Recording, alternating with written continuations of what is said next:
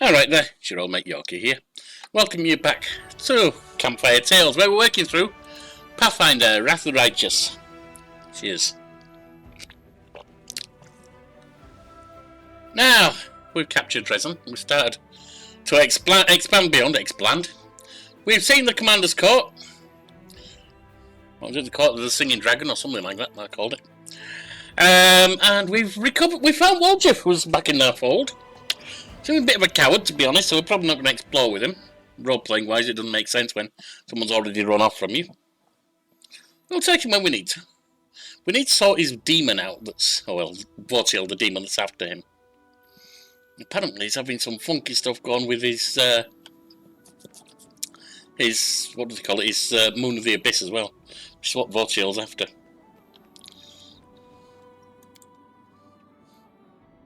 Check in with the table. See if there's anything to do there.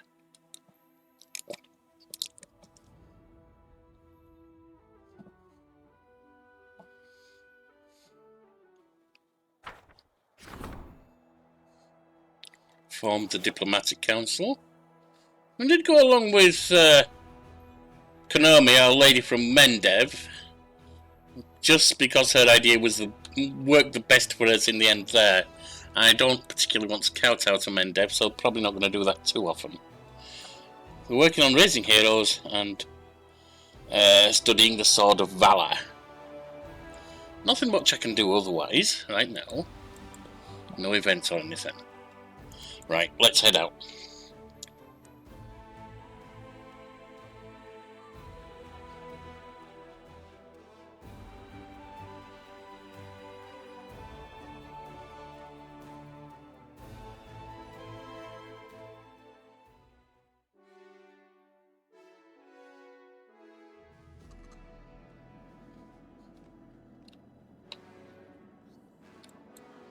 I am considering dropping Ulbrig. He just dies too easy. It's powerful, but it dies too easy. What's on the streets? Vengeance attack. Oh yeah, we need to speak to Sian. That's probably that.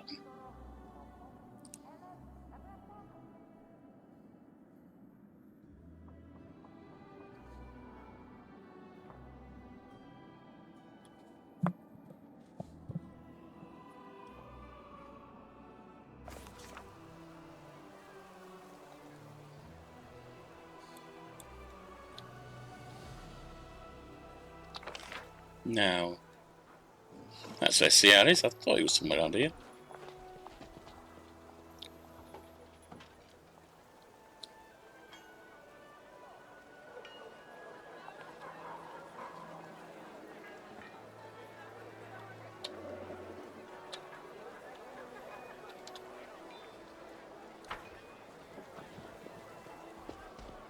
Because he wasn't feeling too good apparently. He's slacking off on his duties.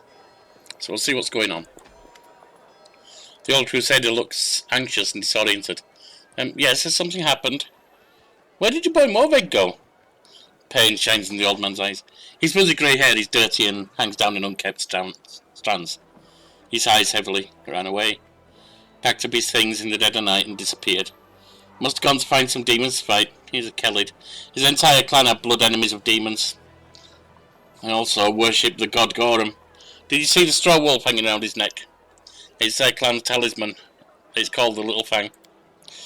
I put in so much effort to get him to see the light of Day, but he imbibed his loyalty to Gorham with his mother's milk, and I told him you can't fight the darkness if you're guided by anger. If rage overwhelms you, you can't. You'll either perish or become a villain, or get so used to war that you'll forget what it's like to live as a human. He only had one thing on his mind: vengeance. For his family, his ancestors, for his wounded honour. I tried to find him. They say he's been going to a tavern a lot lately. Everbright Crusaders don't go to taverns. We keep ourselves clean, body and spirit. But Morveg didn't go there to drink or play dice. I was looking for a guide, and he found one, a Kelly too. An old one, a descendant of the Sarkorians. Even the demons couldn't force them out of these lands. They say Morveg wanted to go to Wintersun, an ancient Sarkorian settlement. But I don't know what he wanted there, or where exactly they took to look for him. There are a lot of demons in that region. I can't send scouts there with an order to leave no stone unturned. There will be too many skirmishes and monsters with huge losses, or huge losses. The old man looks completely devastated. I'll go. I'll see if I can find him for you. Alright, let's head out.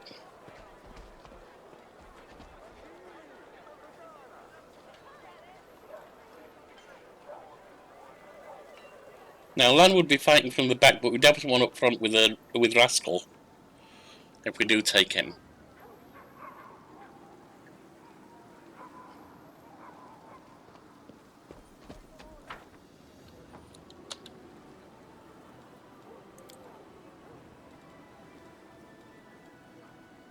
Oh, bewildering injury, okay. Don't need to travel with you.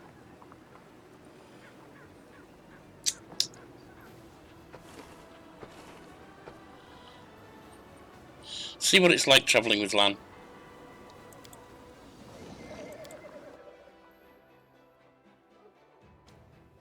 Need to build him up, though.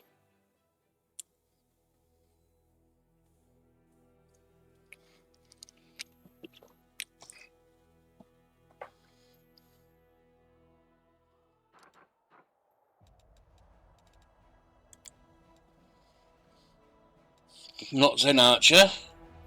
You're on Drovia.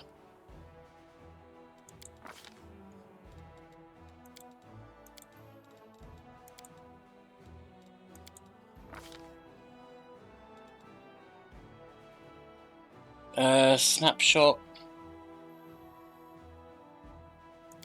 Yeah, we'll take that.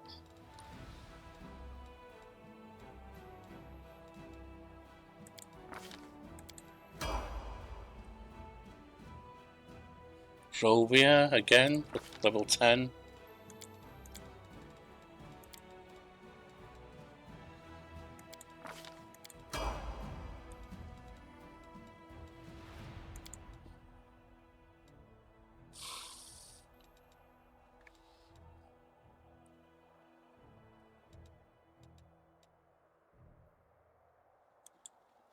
You got Mythic Beast there, okay.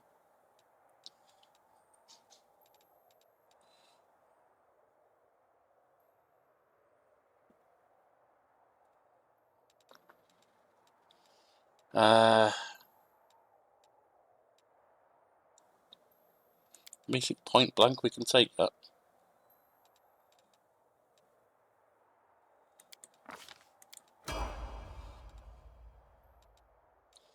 And then Abundant Casting maybe. Or maybe Exposed Vulnerability.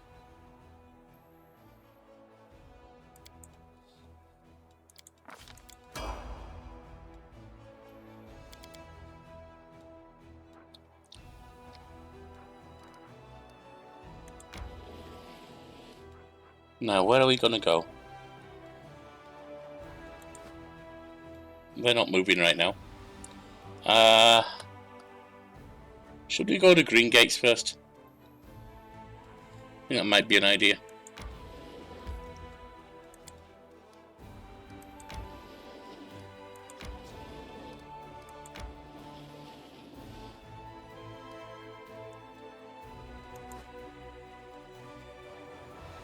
That thing's coming down in back there.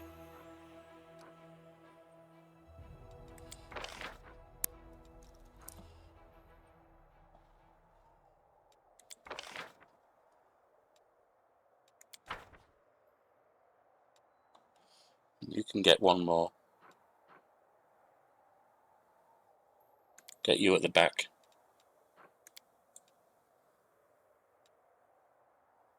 Oh, you don't have any money for it. That's okay. You do get a point. And you can get Master Maneuver. No, it's one of these, isn't it? Crushing Offense.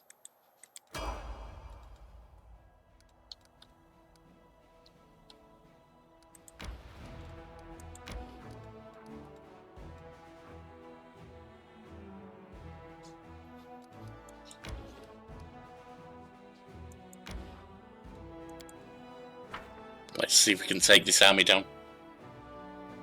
It might be Hebzimrad's army, I'm not sure. Although I would think it would have a commander if so.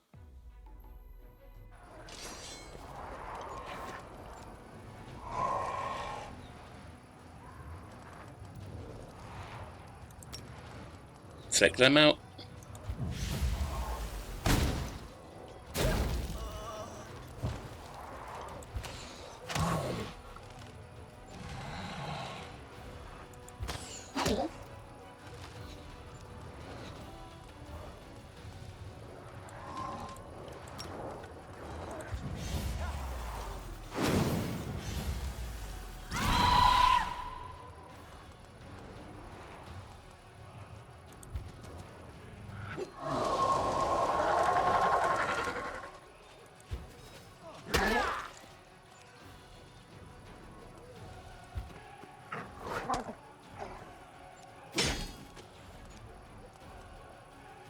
A bit sucky, but not too bad. They can take them down, so everything else on these. Ooh, nice.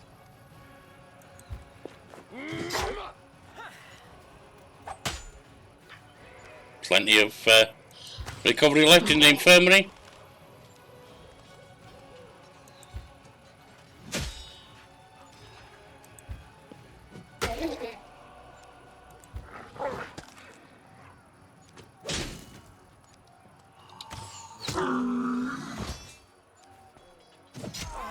Nicely done.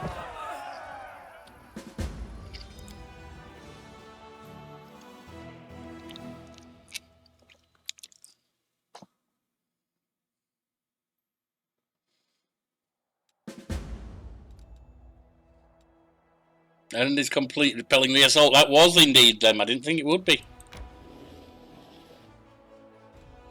Weren't as much of a threat as I worried.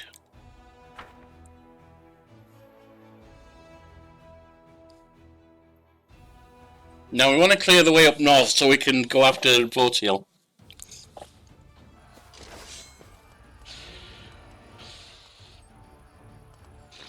Zombies, whites, zombies and whites. Well, let's toss one of these in first.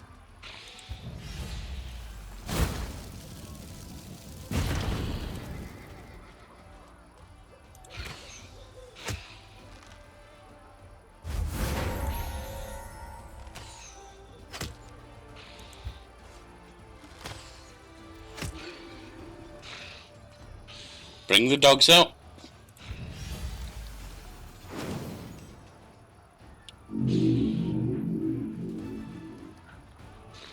Lay on hands others.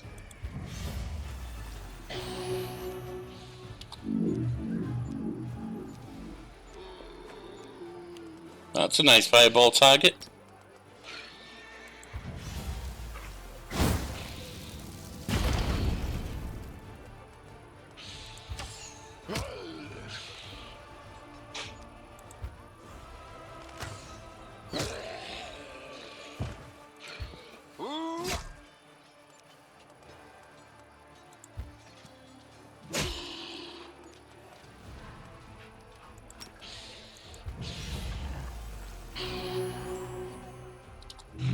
Oh, I meant to attack with the dogs, I forgot. That was a slip, never mind.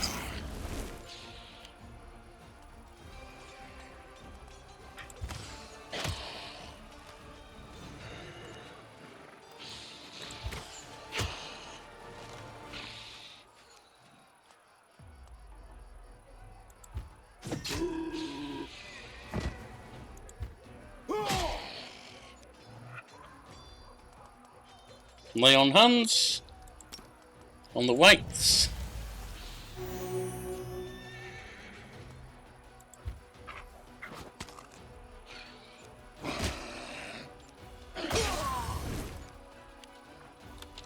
And then we can just attack.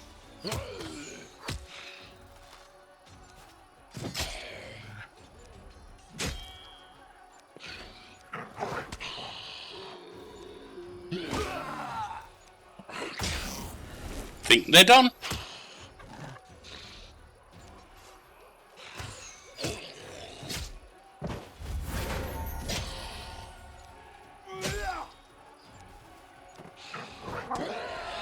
we go.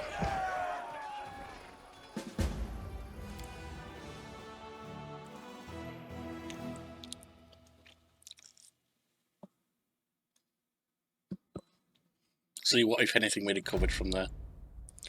The mine was once filled with undead, but now has been cleaned. When demons got close to the mine to save themselves, the miners blocked the entrance, hoping that help would arrive before they starved to death. Alas, help never arrived, and those trapped suffered a truly horrible fate. But its daily income increased by 5 material points, so that's okay.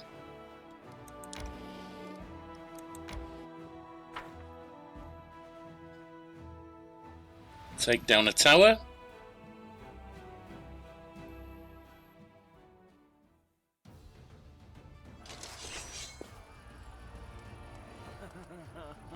Is he going to be able to fire fireballs and stuff? That could be an issue.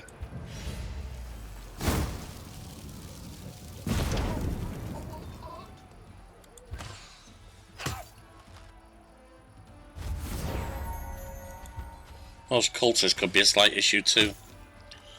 They can do a nasty little attack if they get close and decide to blow themselves up. I mean, it does decimate their numbers too, but still. I don't care about their numbers, I care about trying to recover mine. Yep, fireball.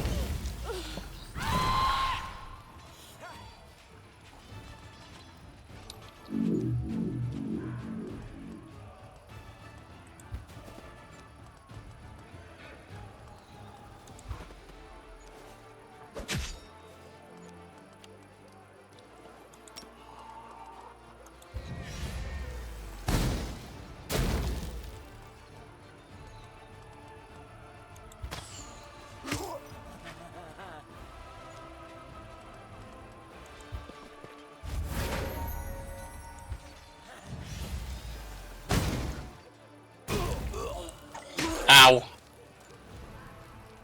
That level of damage is not good, because I can't recover them.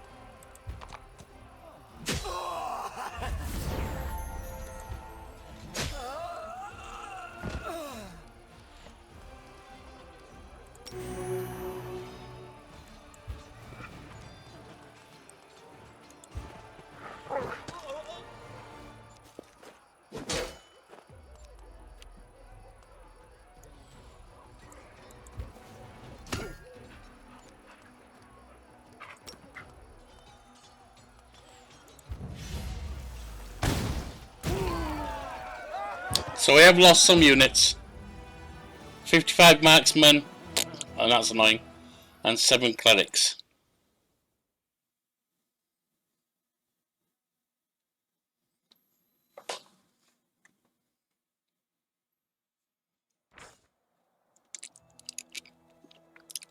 Huge clefts have been hewn into the rocky land, leaving only a high narrow passage, wide enough for a rank of only 5 soldiers. Demons put up a fierce fight. A fierce defense of the cliffs above will be slaughtered, and so now Crusaders can take control of this advantageous defensive position.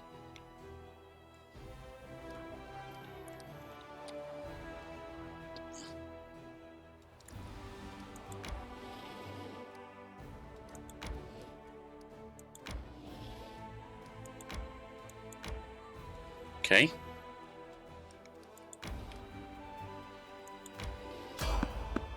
There's someone on the road, get ready.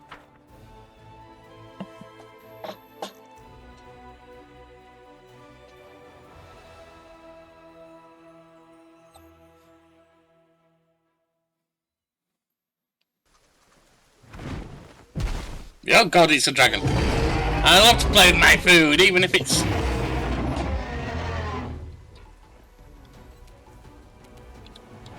Arue. Naira. Actually, move away. Sealer.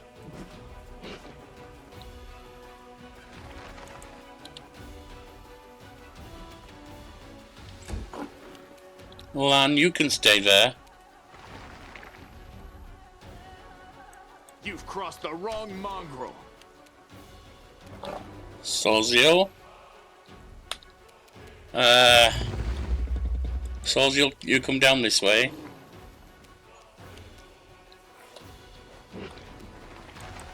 Your wolf can go in. Ember, you stay back there and throw them into the mix.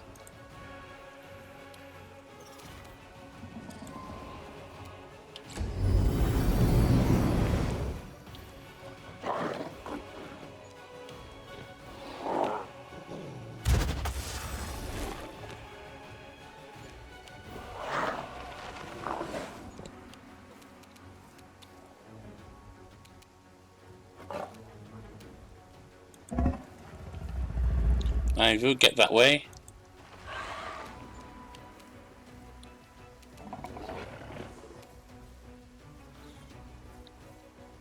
Aliana, go down there and try summoning your mastodon.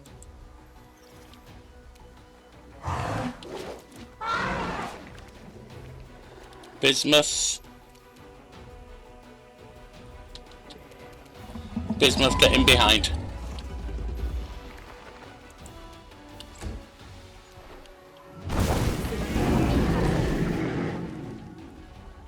Mara's down.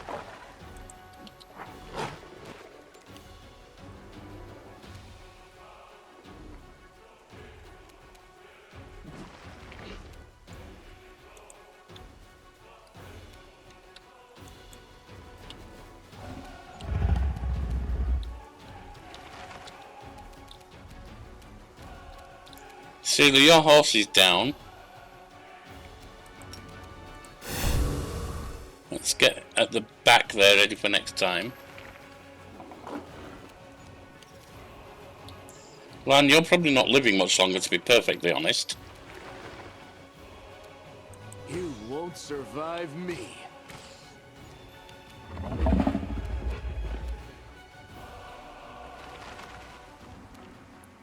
Sozio. Begone, fiend! Rascal. Did it do some damage?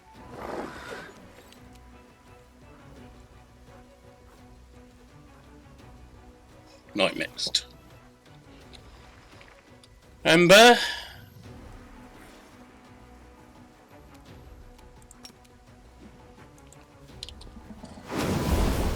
Get them in as well.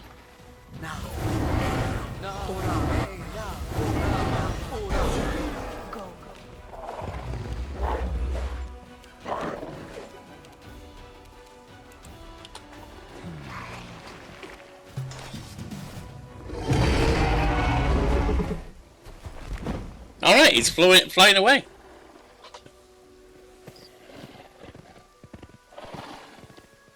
We survived. Big bugger, that dragon, though. I think it's time we rested.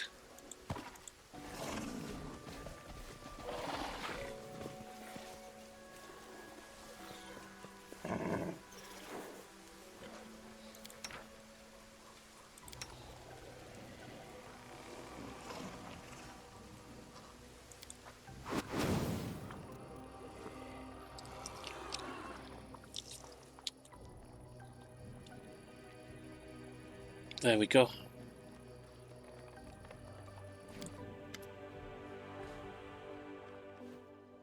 Lan realises you're watching him and hurriedly stashes something in his pack.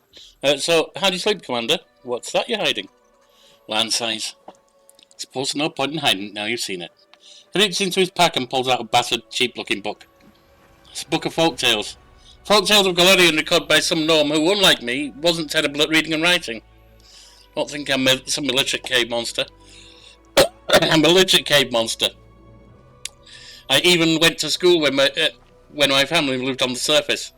That was a long time ago. Once we moved back to the caves, I practiced my survival skills, more than my reading and writing, so I'm a little rusty. I can read words and individual sentences, but when I see a whole page of text, my mind just goes blank. It's embarrassing to be like this when I'm surrounded by all these educated people, so I'm trying to work on my skills on the sly. I even asked the seller if he could get me a book with big letters. This was the only one he could get, and it's for kids. I didn't want you to see me struggling to read stories to 5-year-olds. I thought I'd die of shame, if you knew. But for some reason, I haven't died yet, so... Are you going to laugh at me? You could read aloud to me. That way, that's what people usually do when they're just starting out. I promise not to laugh or make any comments. Lance's face shows surprise. Thank you. Your support means a lot. Why do I keep getting myself into these awkward situations in front of you? It's like the gods enjoy watching me suffer. Lan clears his throat and opens the book. Brace yourself for the longest fairy tale in your entire life, because I'm planning on taking full advantage of your attention. Alright, in a faraway kingdom, on the shores of a temperate sea, Lan starts off reading slowly, peering at every word. But gradually his reading becomes more confident as he loses his hesitancy, caught up in the story, and even tries to inject some feeling into his narration. And they all lived happily ever after, the end. Lan snaps the book shut and smiles over at you. That was incredible. Whenever I've tried to read on my own, all I do is berate myself for my mistakes. But with you, it's like I let go of all those worries. Thank you. This is why people are drawn to you. People can be themselves when they're with you. There's no way I'm the only one who feels like this around you. Glad I can be there for you, Lan. Proud of you for learning.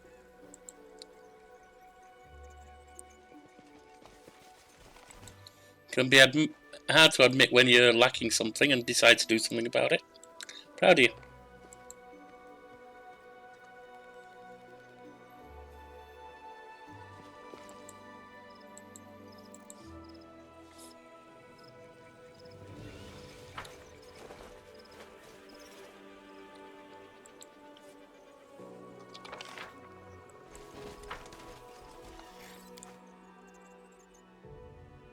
Let's face it, in your case, you're lacking the ability to read. Some people lack things a lot more basic than that. Like loyalty.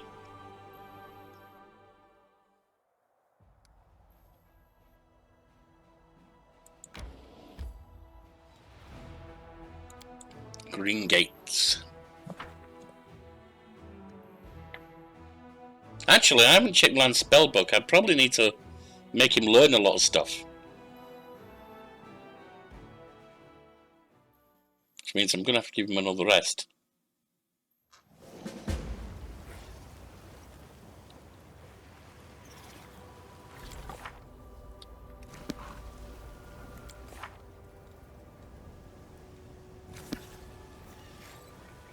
Spellbook.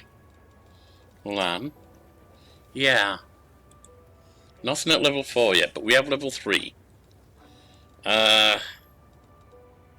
What do we have here?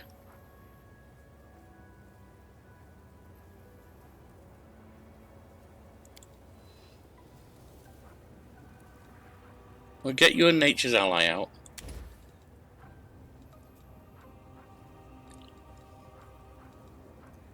We could do a Cure Moderate Wounds. It's not great, but it's there. Well, Magic Fan Greater. I like those.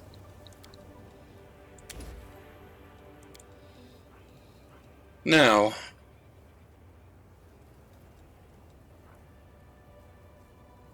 some lesser restoration might go down well.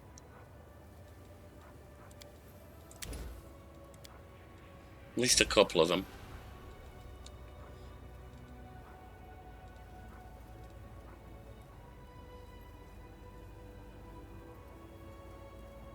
Turn the creature naturally strikes an opponent with a natural attack. Each consecutive hit against the same opponent deals extra damage. Yeah. Stick a couple of them on. Then one. I haven't got anything memorised. Acid Maw, useful. Is that your own? Is that only yours? Yeah, it's personal. Aspect of the Falcon, also useful.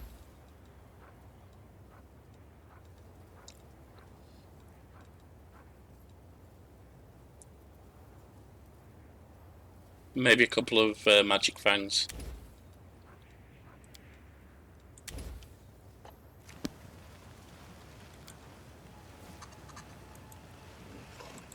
Enemies are nearby.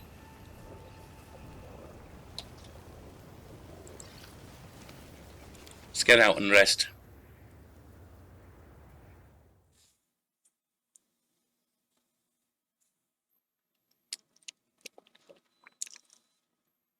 What about Soziel's spellbook as well? Is his up to date? Nope. I think we'll take a second cleanse. Level 4.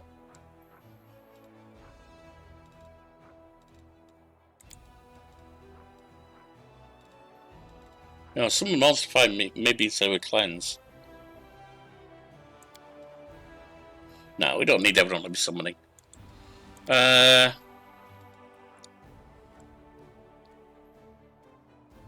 creature that strikes with a melee attack but also takes one. Okay, yeah, we'll take that. 3, 2, and 1. All good. Now let me just have a look at the army. You got no movement. Alright.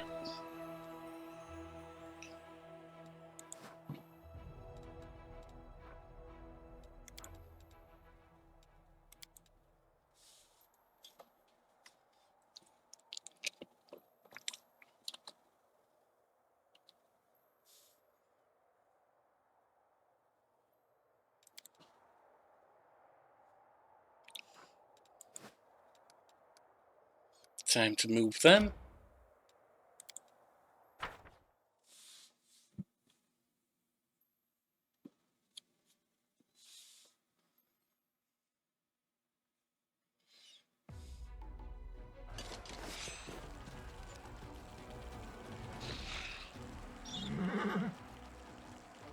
I don't think we need to do too much here. I will hit the flies.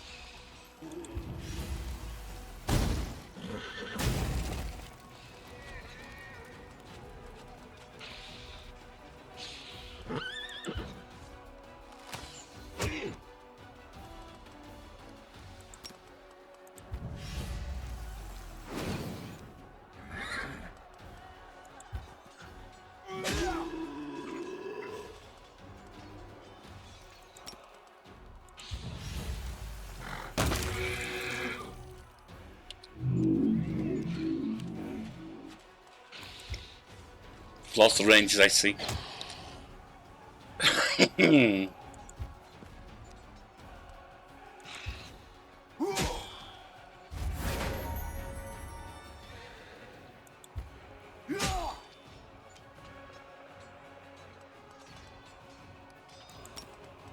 Lay on hands.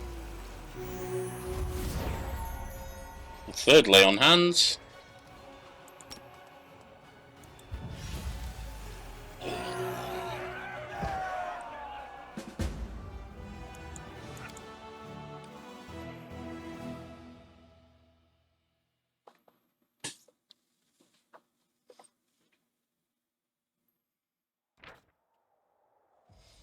During the First Crusade, the Radiant Sun and Ray performed a miracle here, granting the Crusaders victory in a battle that was otherwise lost. Years later, during the Second Crusade, the Knights of Mendev clashed with an army of the Abyss here once again. They fought to the bitter end, but the miracle was not repeated. The carnage was atrocious, and those who fell found no repose, rising again as undead. Now they have found peace in the flames of bonfires. The Crusaders cleansed and the blood and dirt from the statue of the Sun Goddess, lifting with trembling hands the sacred golden symbol from her chest, a relic long believed to have been lost. So faultless daybreak.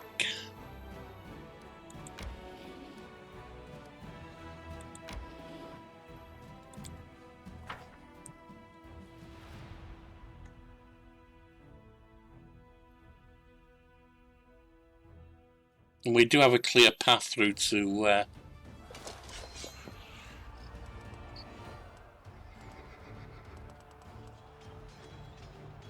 Shures.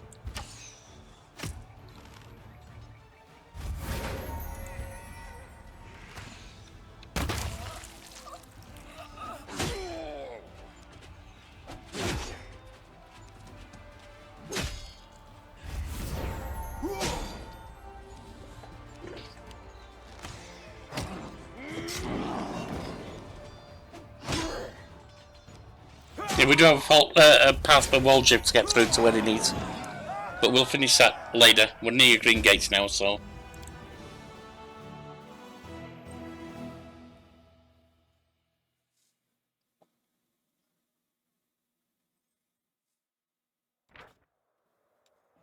Begging for mercy, one of the imprisoned demons points at an inconspicuous crack in the rock that their unit had been ordered to guard until the arrival of a pack of slaves. Examining the crack, the Crusaders return to Commander and proudly display a handful of shining dust to her. The crevice is home to an adamantine lode. This rare and precious metal will come in useful to Mandavian army. 5 more daily material points.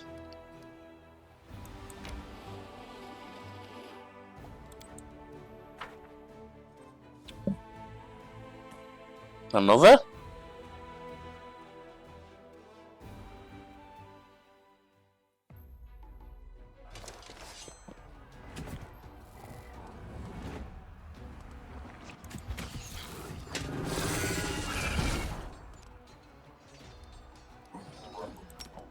Let's try and whack them. Not enough. Oh, there's 2 sets of them anyway. Get up there. Spread.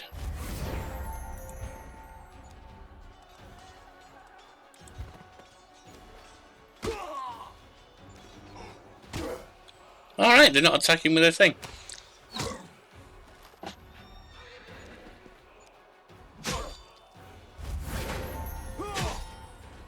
I thought they'd use their dretch is it? Whatever. Yeah, dretch farts. Oh, they did then. That was pointless, you did 2 on the same one. You're dead. Didn't even affect it.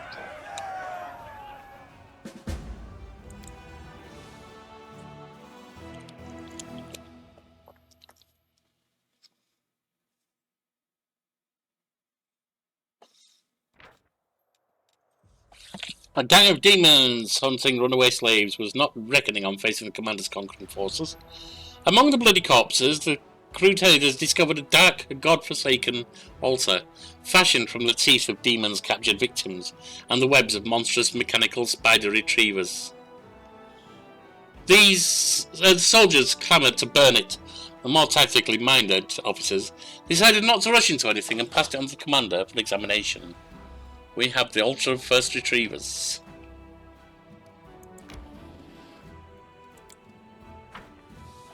Another demon fort to go down.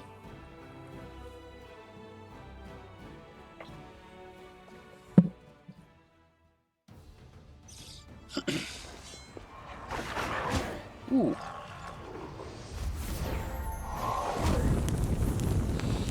That's a pain.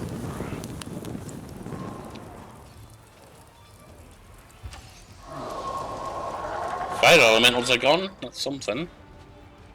Oh, we got cultists over there. Not for much longer.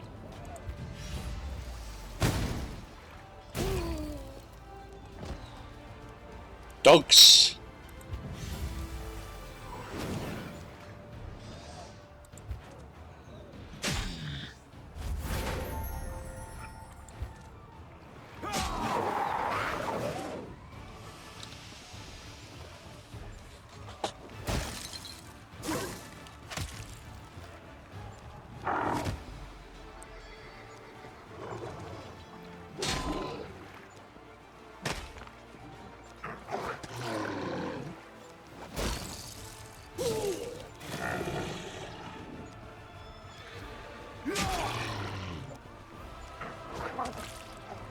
Almost done.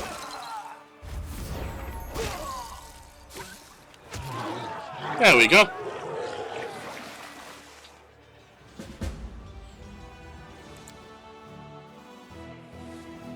Elementals are done.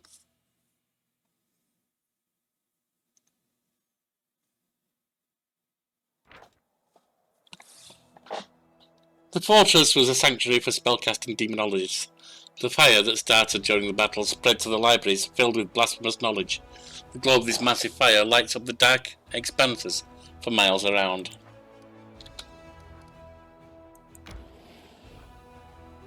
And another demon horde, or demon army.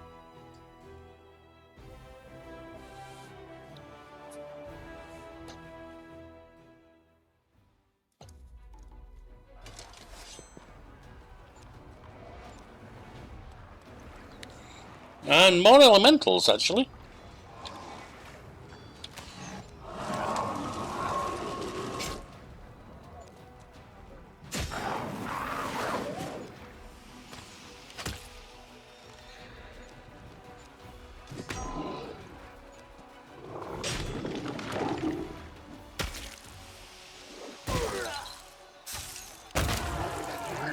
Nice and easy.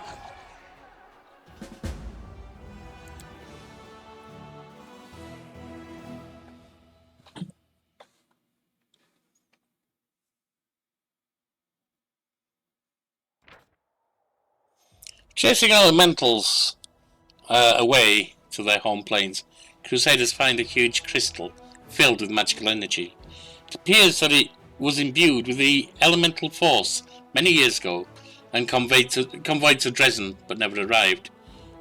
The guards have perished, and the crystal itself, a powerful vessel of magical essence, has been drawing elemental spirits year after year. Gained 80 energy points. Pursue again.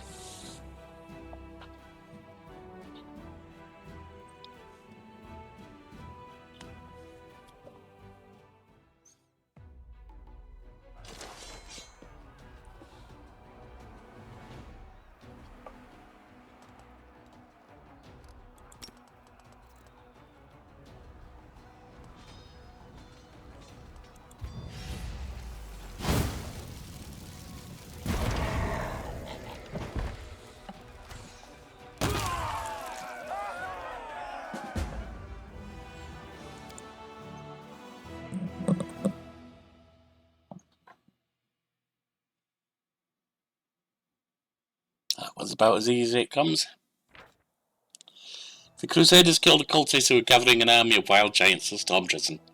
Now that Dresden is safe, workers can be transferred from the urgent strengthening of the wall to other important tasks. Daily income increased to 200 finance points.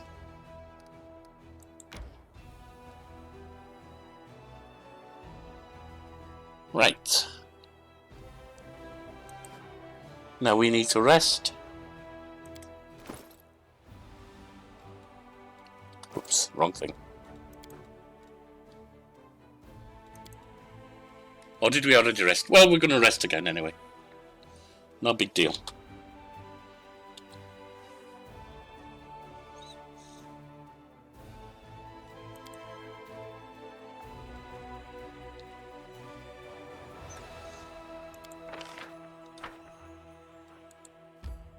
Manage. Let's do some buildings.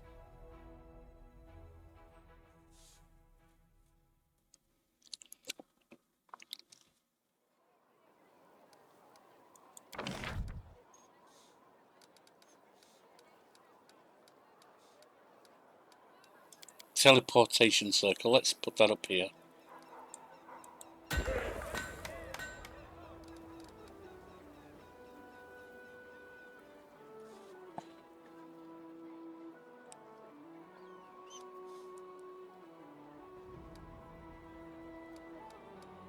Saboteurs headquarters.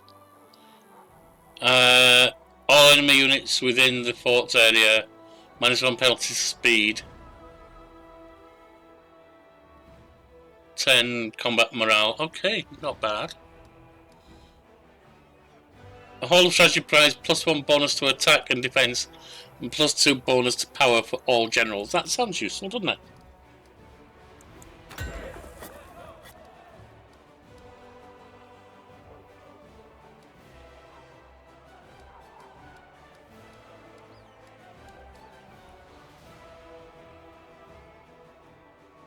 Increase energy point income by... Yep, we'll take that.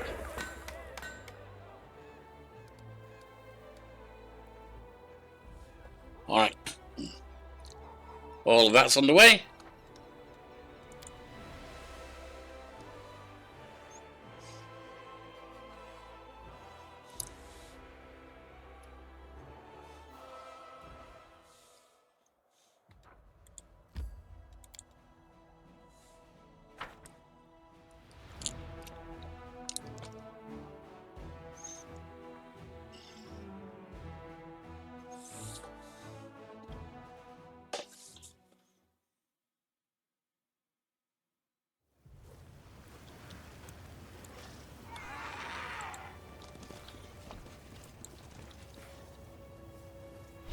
Oh, there she is. She followed us. Good. There you are. Arue waves at you from the crumbling fortress walls. Sorry I left the city so suddenly, but I couldn't miss the chance to catch the old flesh eater. Beware, you are dealing with a creature who is very old, very devious, and very dangerous. She may not be a demon, but she can move like one. If you hesitate, she will slip from your grasp even before you know it. Fortunately, there's a relic of Desna in this very fortress, a bell of mercy. It will help you catch the hag, like a cat in a mouse trap. No, wait, you don't say that, do you? Like a mouse in a cat trap. Never mind. What matters is that you must catch her. The right way to say it is a mouse in a mouse trap. Yep, but I can see how you got confused. All those boring words. I get them mixed up all the time too. What if everybody said, catch a bee in a bear trap, or maybe a moose in a fox trap? A manticore in a unicorn trap? A hedgehog? No, I don't want to catch a hedgehog, they're too prickly. Then how about a rabbit in a goat trap? Evie was distracted thinking about new combinations, no longer paying attention to those around her. What can you tell me about this hag? Did you know there are different kinds of hags? Veronica is one of the more terrifying types, and Annie's hag. This flesh-eater possesses frightening evil magic powers. She's not a demon, but she is far more cunning than many inhabitants of the Abyss. Don't listen to her rigmarole, and don't believe her evasions. Just grab her, put a knife to her throat, and demand straight answers. And don't forget, like demons, she can travel huge distances using magic. But the sound of the bell will stop her from slipping away. How can the bell help us?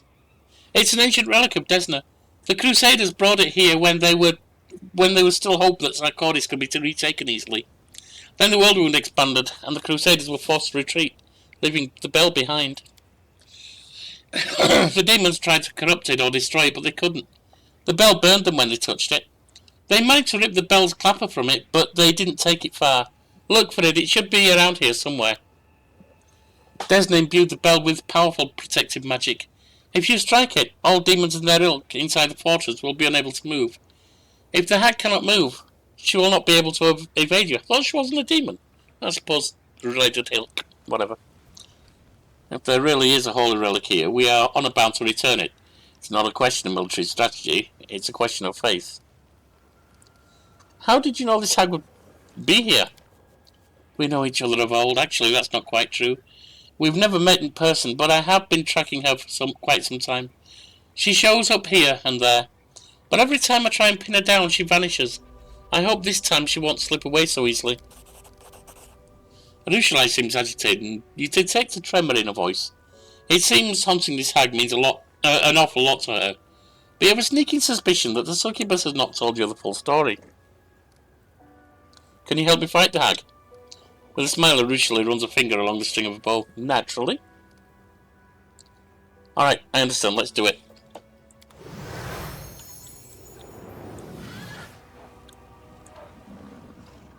We march ahead.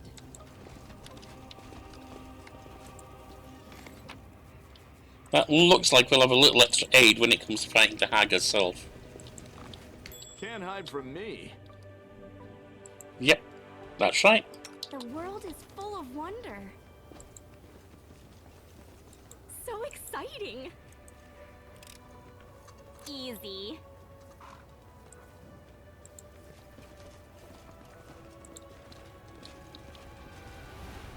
And we have demons. And she's already fighting them. Defeat is not an option. Bounce up.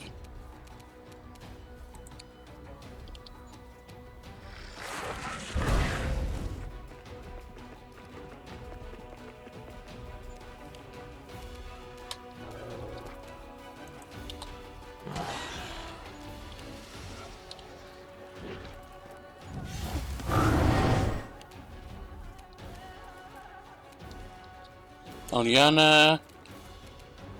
We are going to... Well, let's start with some haste, shall we? One of the more important spells we can add.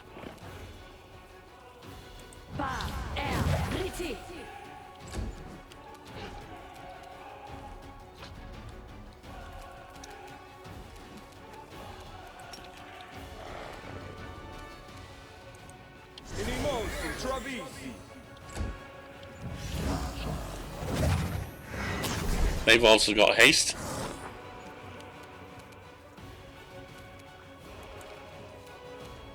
Away, you rascal!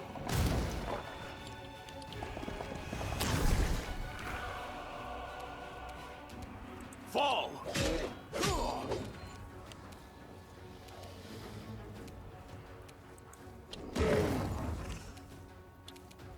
Ember.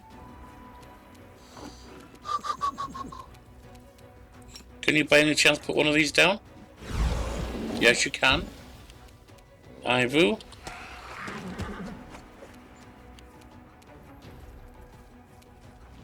Rascal. Sealer, come on.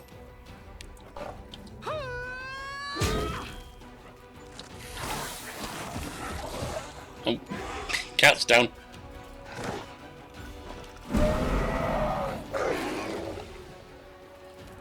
Aliana.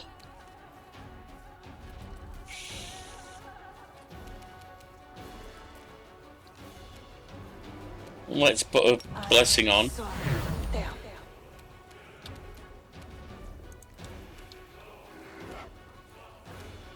Endure this!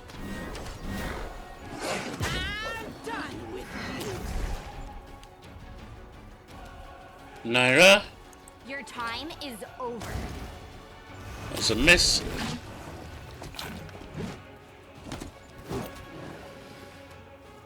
I will bring down the divine wrath! Amber.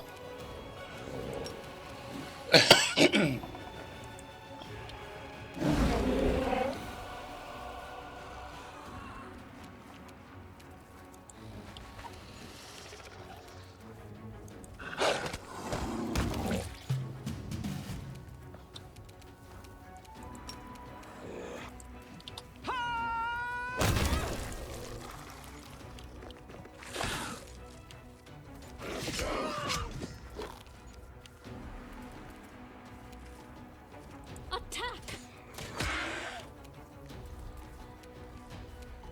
Make every strike count. You offend me. You offend me when you keep missing.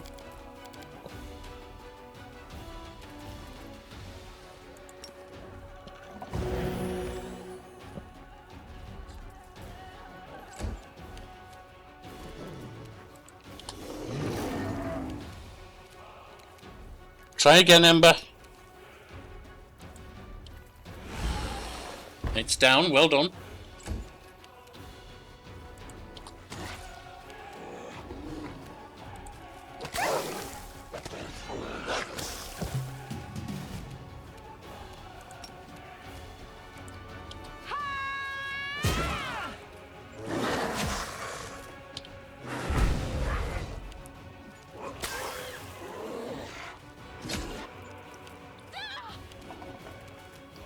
You've crossed the wrong mongrel.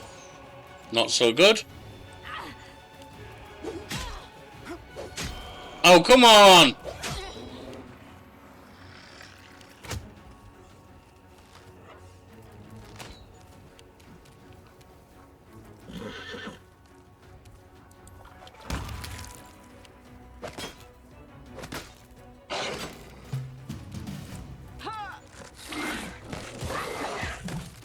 Ow. You won't survive me. Not great. Stand down. Also not great. Eternal Rose, I call Got upon him. you. There's beauty hidden in the darkest of places. Oh, too bad no one can see there.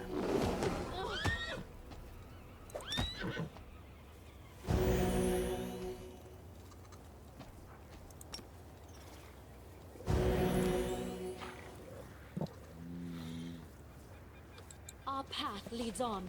Let's get some healing on you. Because somehow you weren't in range to get healed. Use until fully healed. Use until fully healed.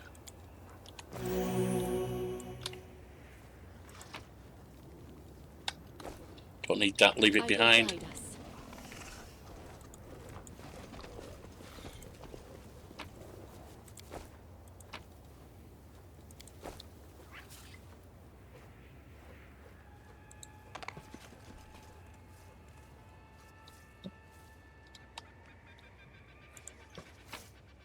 Oh, what's that? Araden's Wrath. Holy Scabbard. While equipped, alters Paladin Smite Evil, changing the type of AC bonus it grants from Deflection to Sacred. Additionally, the wearer's first attack every round deals additional 1d4. Yeah, Sealer, you need that.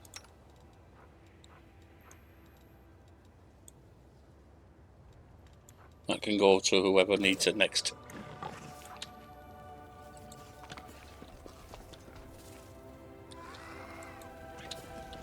Uh-huh.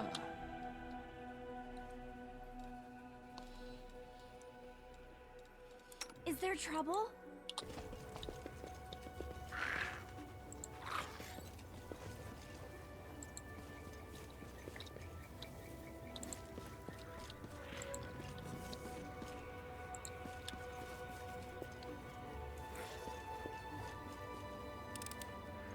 No challenge at all. Nice. I found something. You have indeed. Naira? Simple smile goes a long way. With Ow! Alright, that was... Oh god, you walked into it. No, no, no, no. That's not good.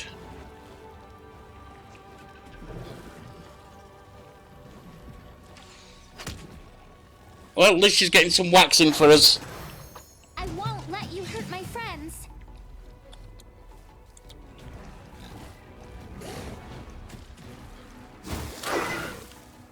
Ow.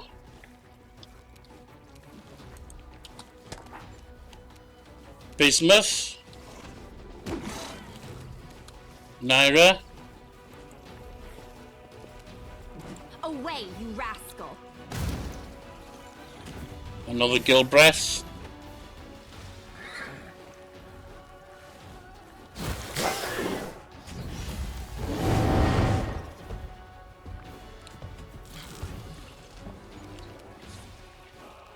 Right, Ember.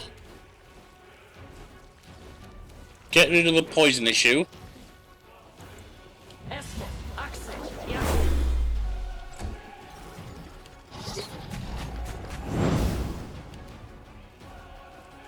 Let's get us on fast.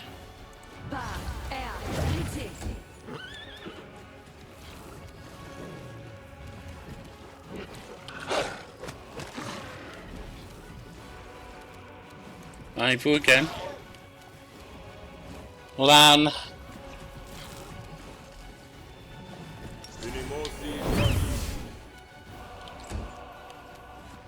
Soziel. Let's get some healing on.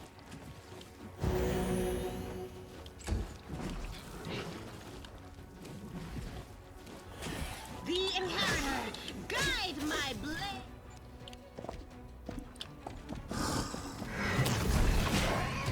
Ow, ow, ow, ow, ow, ow.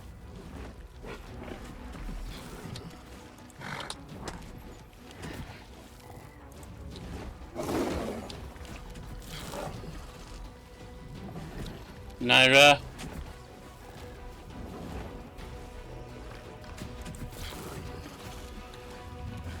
Your time is over.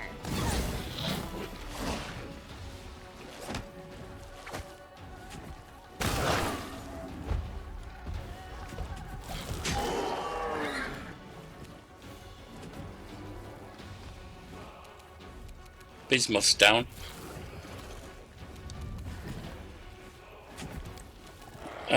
Do I want to bring them out yet? I don't know that I do.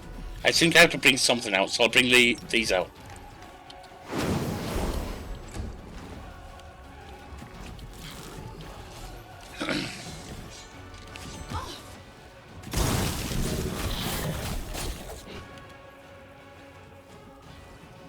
Aliana.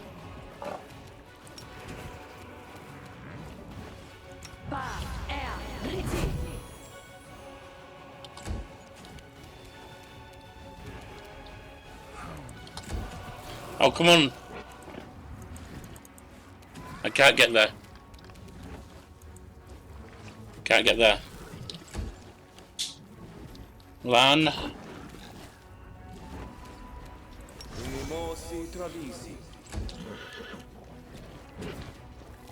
Soziel with a heal.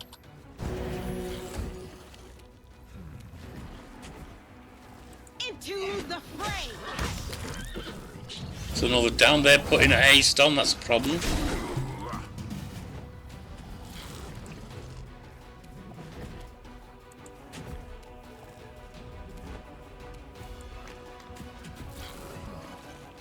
We're trapped in a tight area.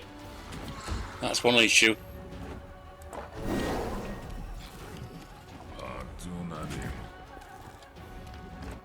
You offend me. This hurts so much. Yeah, I know, you're almost dead.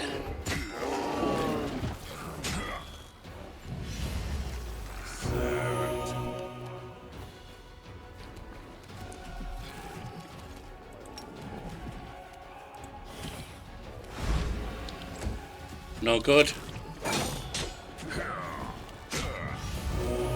Protect me. This cannot be happening. Aliana. Just get that on.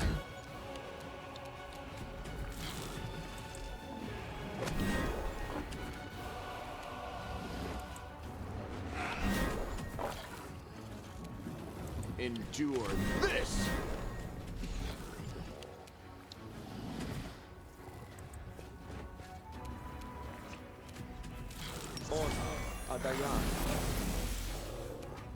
No glory without risk.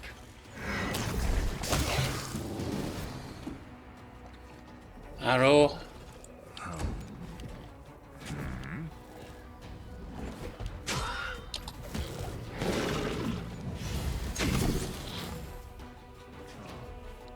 Ember, try and sleep something. No good. Okay, heal.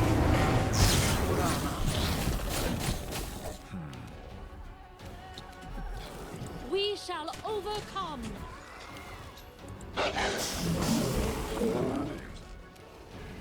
Can we hit that while it's down like that?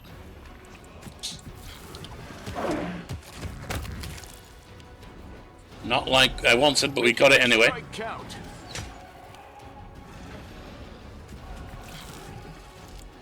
Begone, fiend! The inheritor. Got it.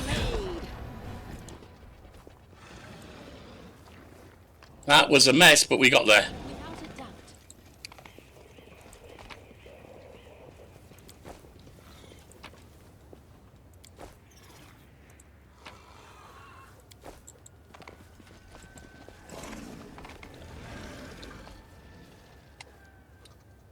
Forwards.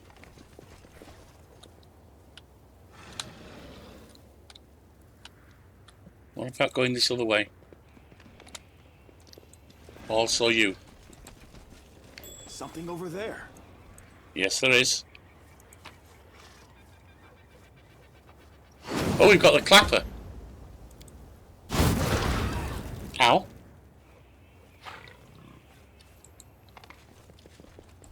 Wasn't quite expecting that. We march ahead. This grave is well tended. It is much more recent than the chapel beside it. There is no name on the tombstone, only an elegant butterfly of Desna.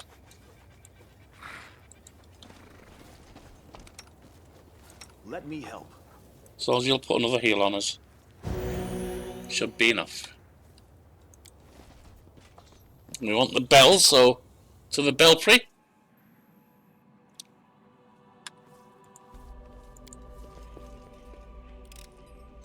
Easy. Nice. Some kind of boots of free reign.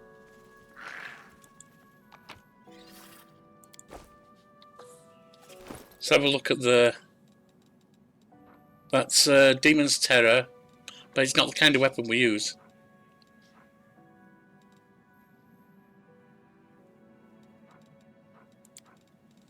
Boots of free reign. Freedom of movement. Yeah, it doesn't matter who he goes on to, really. We'll put it on you. Why not? And you can keep getting where you need to be to heal.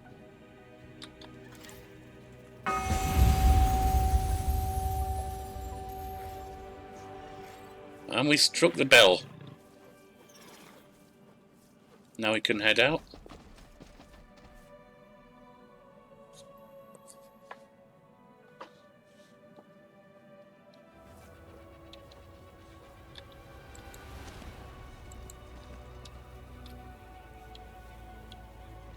Oh, wait. No. This way. Then through here. And I'm guessing that's where Mighty Miss What's-Her-Face is. Sozi will just give us... lend you my aid. So no, you. Is restless. I wonder why. Why can't you use that? You can use it there. Esmo, Axe, yes. Esmo, Axe, yes. Use that. Esmo, Axe, yes. There we go. Right, Lan. You in trouble yet? That on her, on your cat, on the cat.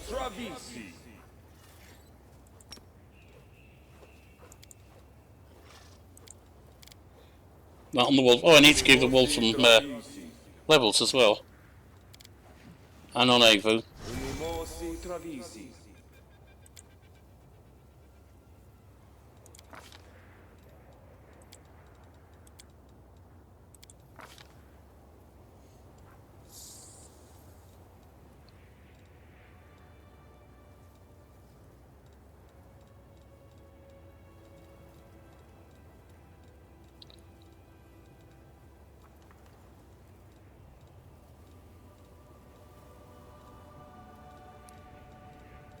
Alright, so, which are we doing? Coordinated attack, coordinated defense?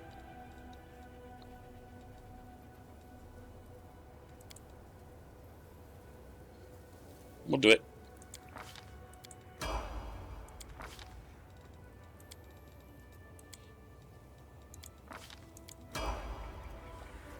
Now, don't you get to use...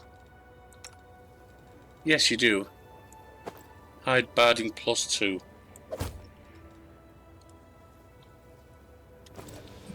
Now then. Doubt is the heart's greatest challenge. Oh, that's just on yourself.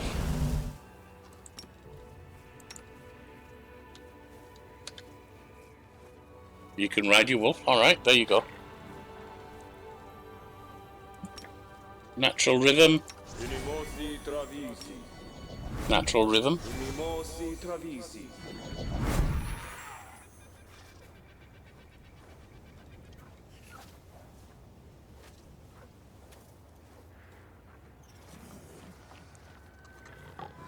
+20, no.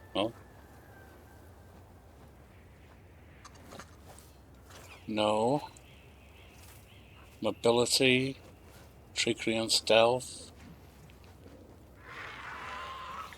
We'll give it that one.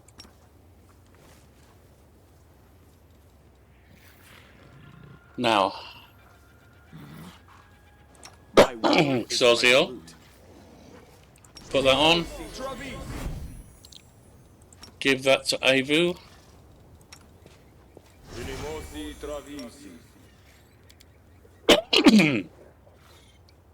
Strength Sealer. Archons. That to Naira.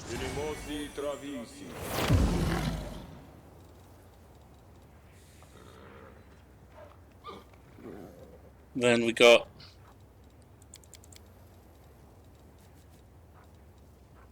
a blessing. Now you're going to put that on yourself. You're going to put that on them. I don't think Lan's wearing any. I'm not wearing any. Ivu's not wearing any. Esmith, Axe, yes. Esmith, And the Dano's not wearing any.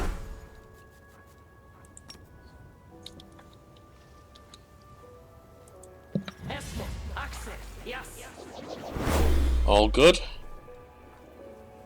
A bright future awaits us. They're not actual demons, obviously, so there's no point in putting that on, I don't think. You are mounted though, that's good. Adventures are exciting. Put that on. I will not falter. Excuse me. Get that boosted.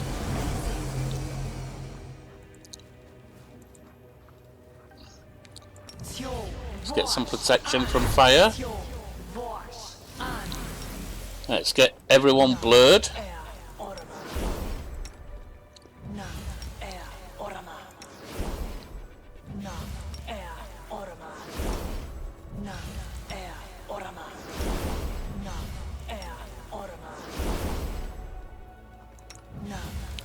Damn you!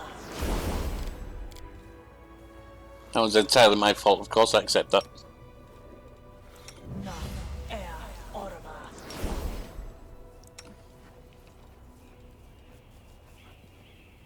Come on!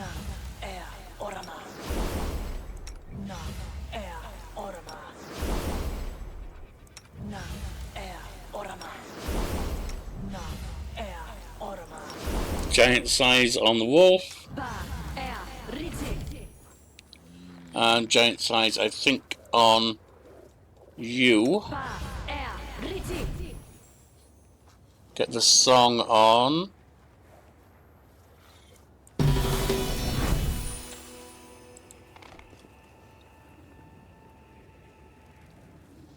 The goal! How dare you show up here of all places? We won't fall here. I swear it. That must be the hag. Please, help me.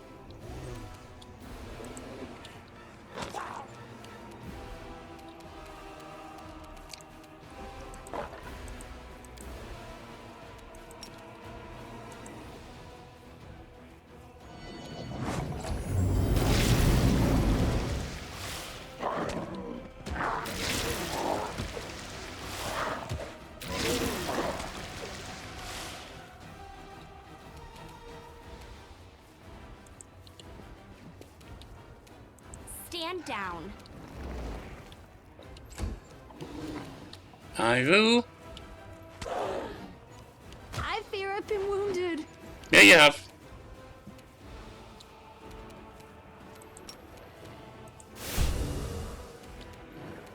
Into the fray! Fall!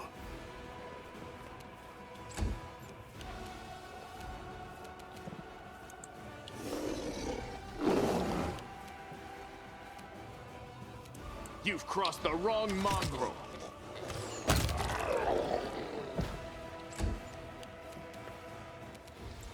Bring out the mammoth.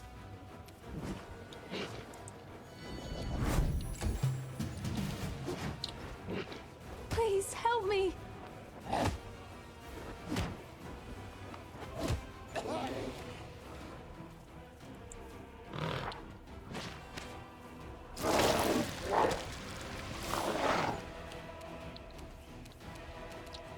Amber, can you sleep? Can you sleep that by any chance? No.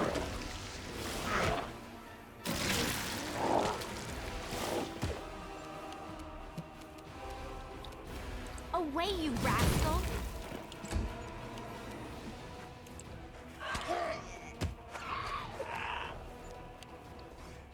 I fear I've been wounded. Well, don't stand right next to her then, you sod. The light, take you! I will bring down the divine wrath.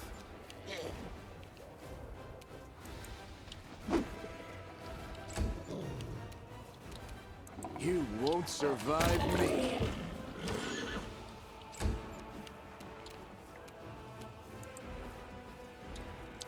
Minus speed.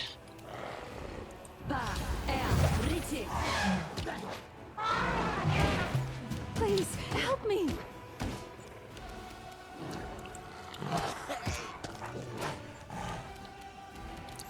Ember? Surrender or else.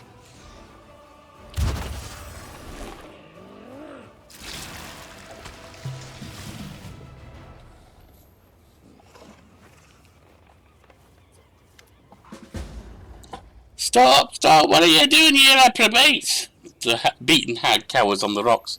Gone is a terrifying monster you were just fighting. And this place is a small and frightened old woman. Why are you treating old Billy like me so harshly? Haven't you any shame, you brutes? Pardon me, Leona Solshade, but I have a sneaking suspicion that a monstrous mistake has been made. And you are threatening an innocent old woman with retribution, when her only crime is to have settled here in these very sinister ruins, for reasons known only to herself.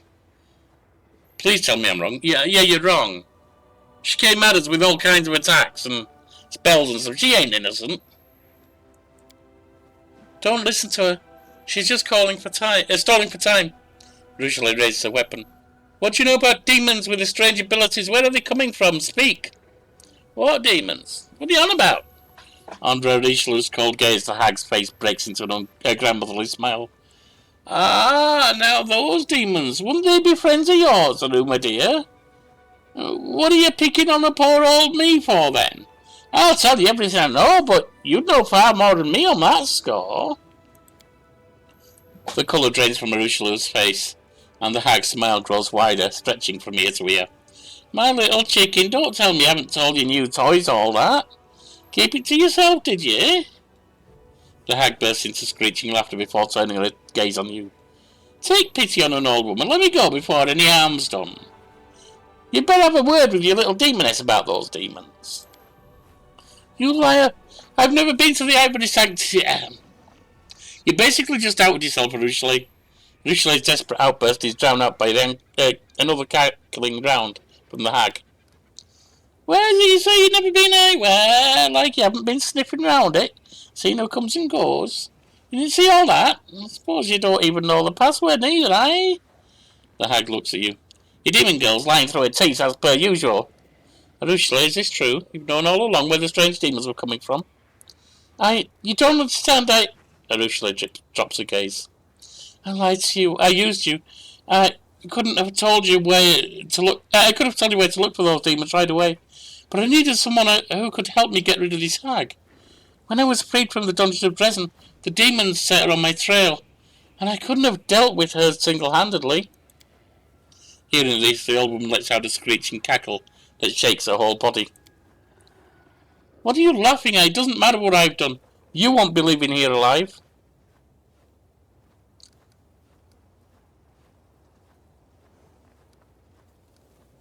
Wait, don't kill the hag. I want to ask her about something. Ruchele gives her a reluctant nod, but doesn't lower her weapon. All right, but don't let this lying filth confuse you. I'm the lying filth here, am I? Now that's the pot calling the kettle black, Ruchele. Who are you? Who, me? I'm just a humble old soul, peaceful as they come. No, you're not. You attacked us.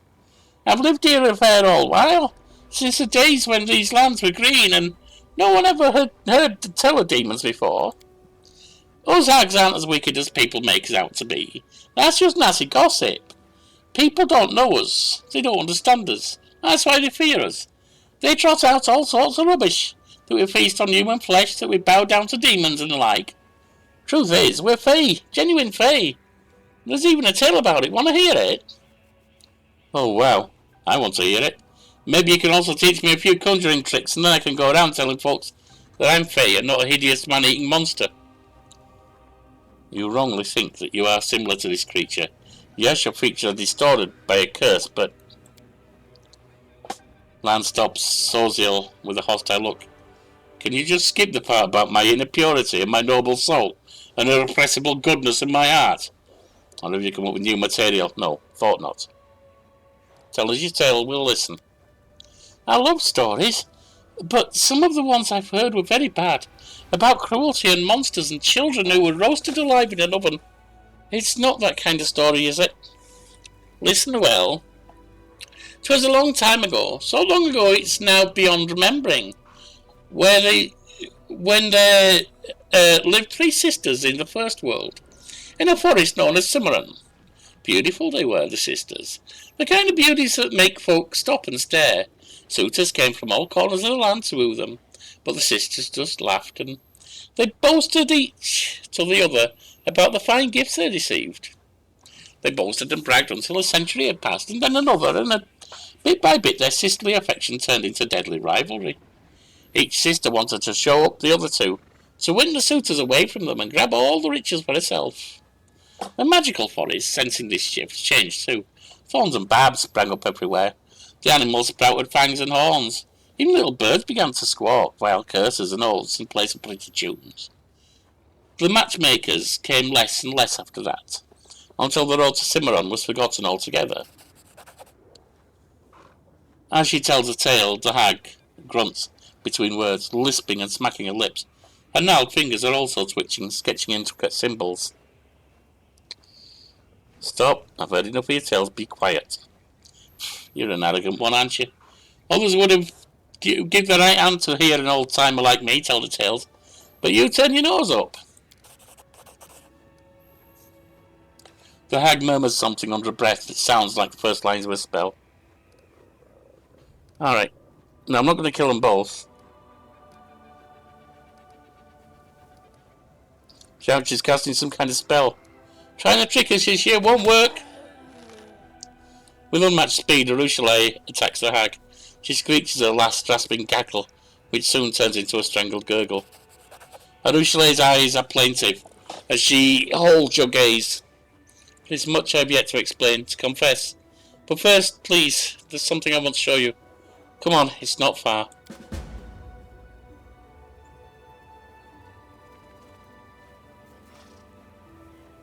Back to the grave.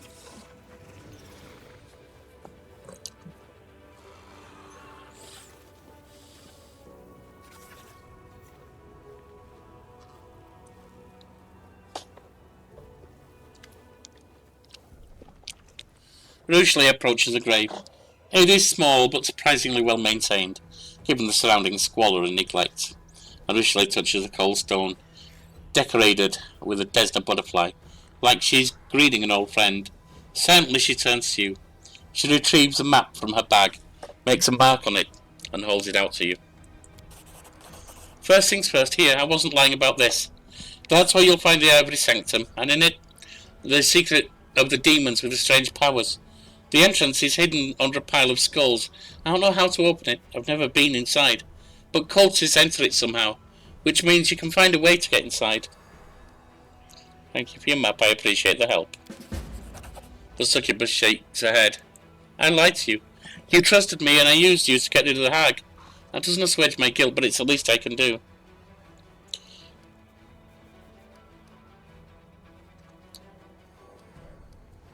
Who does the grave belong to? My last victim. She was a priestess of Desna. You told me about her. I seduced her and drained her soul. She died in my arms and I decided to bask in the final reveries, so I dove into her fading mind. Dreams are Desna's domain. The goddess noted my sacrilege, but for some reason she showed me mercy instead of punishment. She opened my eyes to who I was and who I could be. When I returned to my senses, the first thing I did was bury my final victim here, and make a vow before her grave that I would atone for everything I'd done. I don't even know who she was. I seduced her, deceived her, and killed her, and she saved my soul. Arue wipes her eyes. If only I could die and give her back her life, but I can't, Eliane's soul shake. All I can do is live on, and help those who are still alive. I never thought I'd say this to a demon, but if you want to share your pain and unburden yourself, come to me. I will listen and not judge you. The succubus nods solemnly. I'll come. I'm tired of carrying all of it inside me, of suffering in silence. I want to confess all my sins before another living being, not a silent grave. How did you actually know the hag would be here? When I was freed in prison, the demons set her on my trail. She failed to catch me, but she took hostage of sorts. Arue once again runs her fingers over the granite tombstone. She threatened to corrupt this grave, and if I didn't come here and surrender, I know I could not defeat her on my own, so I trusted you. I used you. I used a lie to get you here. So you would help me kill her. Forgive me, I'm sorry. How did you know about the Bill of Mercy? This place. The fortress and the bell tower. I saw them in the dreams of the person lying in the grave. She was on her way here for the bell. She wanted to take it from here and return it to the Crusades in Canabres. But she never made it here. Because she met me. I killed her and I devoured her dreams, or rather, they devoured me. That's why when I re-emerged from the dream realm, I buried her here. I thought it was the right thing to do. I've wanted to return the bell to the Crusaders for so long, but... She held up her hand to her face. The barest brush and the bell burns my impure fingers. Why did you have to lie? You could have just asked for help. I was afraid. Afraid that you would refuse if there was nothing in it for you. I was afraid you wouldn't believe me, and... I'm a demon, Ileana Soulshade. For centuries it was all I knew. If you want something, you get it by lying or by force. Luring you here was so easy, so natural. Lies and manipulation. They're my native language, one I've spoken my entire life. Asking for a favour, now that's a foreign notion I've only gone to learn. Don't think I'm trying to justify what I did. I know my lie was despicable. I knew that perfectly well when I lied to you. I knew it was a step backward, back to the old Arue, and I still did it. There's no excuse for it. I just want you to understand me, Arue. I'm not going to excuse your lie. You shouldn't have lied. It was wrong. But it wasn't despicable. It was a lie to achieve something good. You should have told the truth. You were wrong to lie. But it was still not to the level of being despicable. Everything's clear now. So, what are you going to do with me? Arue waits with bated breath, her eyes locked on yours. You see fear and sadness there, and also the tiniest flicker of hope. Say what you want, but we can't push her away. That's what I think. The fact that she's a demon only means that her path to her atonement started in the abyss itself, and will be much longer than others. It means that she needs help, not more help, not less. You're tormenting yourself for nothing. Your lie didn't hurt anyone, did it? So there's nothing to be sorry for. But I added another black mark to my soul. I tricked you. You could have been hurt. I'll never forgive myself for that. And I'll never do anything like this ever again. Good. Don't. Don't. That's all you need to do, is not do it again.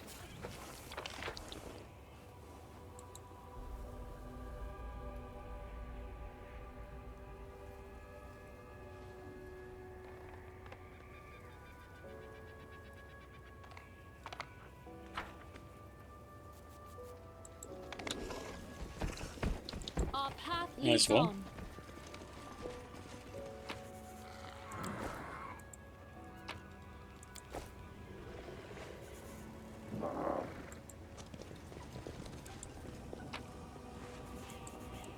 What sword is that?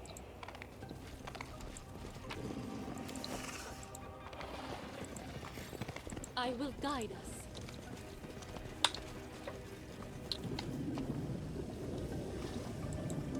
Can't hide from me.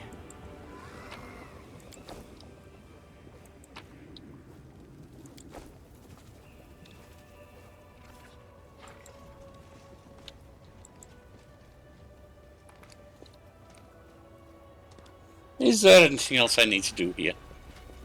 Well, there's something here.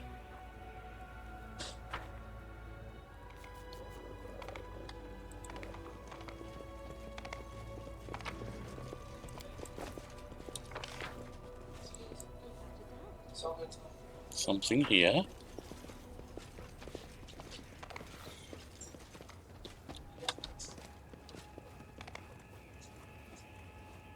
Not sure what it is, I'm not seeing it, but never mind.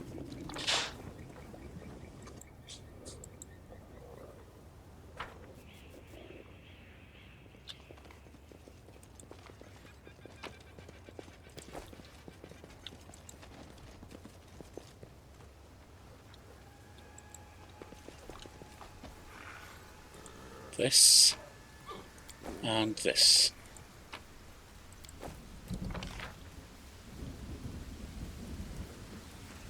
That seems like it might be about it.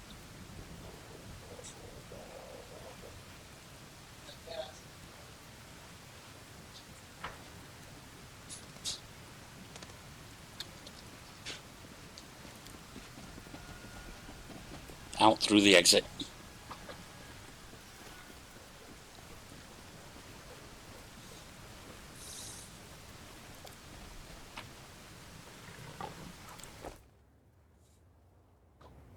Now then.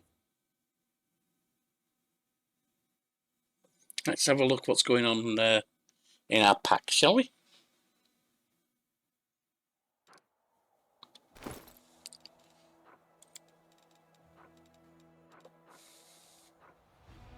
Lucky dice. These random dice grant on a +1 luck bonus on an attack or damage roll or to AC during an enemy's attack once per day. And lasts the whole day. Alright, I mean, why not? You can have that too, Sealer, why not?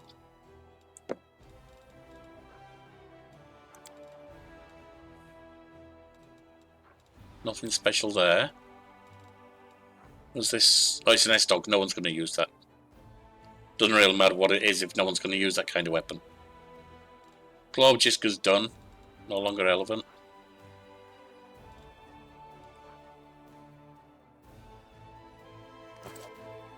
Alright. In that case, I might as well head back this way now.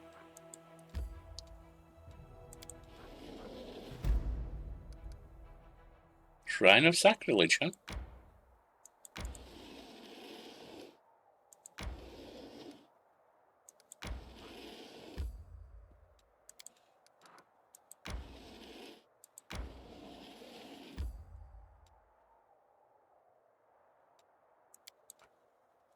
Let's go to the Citadel, Solomar and Battered Spirits.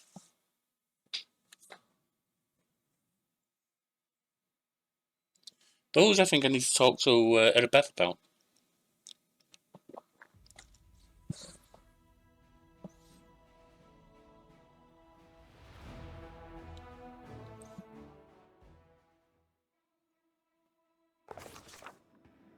Oh, who's this?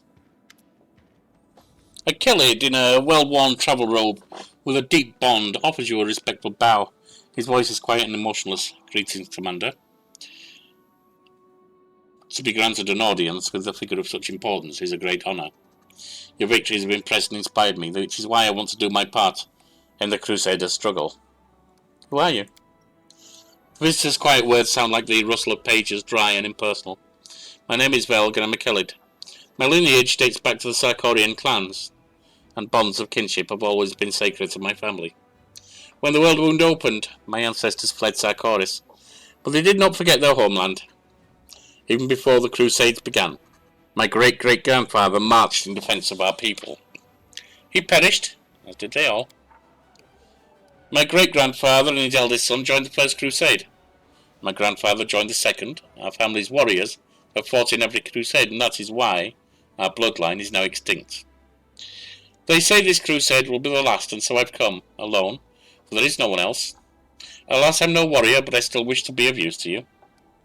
How do you plan to help me? His words, devoid of colour and emotion, run together to form a monotonous, endless stream. For 23 years I have been gathering documents on Sarkoris. They contain numerous mentions of the history of the Blackwater clan. The clan was beset by demons, as its members had dedicated themselves to creating a powerful weapon against the World Wound. The clan needed more time, but no support came from their neighbours, and so the Blackwaters were destroyed. But the fate of the clan is not important right now. What's important is that thanks to certain ancient maps, I've been able to pinpoint the location of their settlement. If you go there, you'll be able to verify my findings, and if you happen to find a weapon that will help you fight the demons, it will bring me satisfaction and pride. My life will have purpose. What kind of weapon was the Blackwater clan working on? My thoughts on this matter are pure speculation. Perhaps it was a blade that could cut down even a demon lord, or an artifact that could call upon the endless hosts of spirits, or a circlet that could reverse the flow of time, or erase a plane of invaders from reality. The Blackwater clan operated in secrecy to protect their work from spies, unfortunately an ever-present concern, and to avoid drawing the demons' attention before the time was right. You have an odd way of speaking. His pale, expressionless face twists into a poor approximation of an apologetic smile. I'm a scholar. I know how to speak through manuscripts, and prefer to express my thoughts using my quill instead of my tongue. Social interaction is not one area of my expertise, so I ask you for your understanding when it comes to my rather rudimentary communication skills. Thank you, I'll put this information to good use. He bows deeply. It pleases me to be of use to you. There's Darren. Darren looks a little, the merest trifle, more serious than usual. Oliana Soulshade, we need to talk. On the strictest confidence, I am going to invite you to a not a date. Yes, you heard me correctly, a not a date. If by some chance you imagine you see wine, cushions, and treats laid out before you, you should know that it's merely an optical illusion.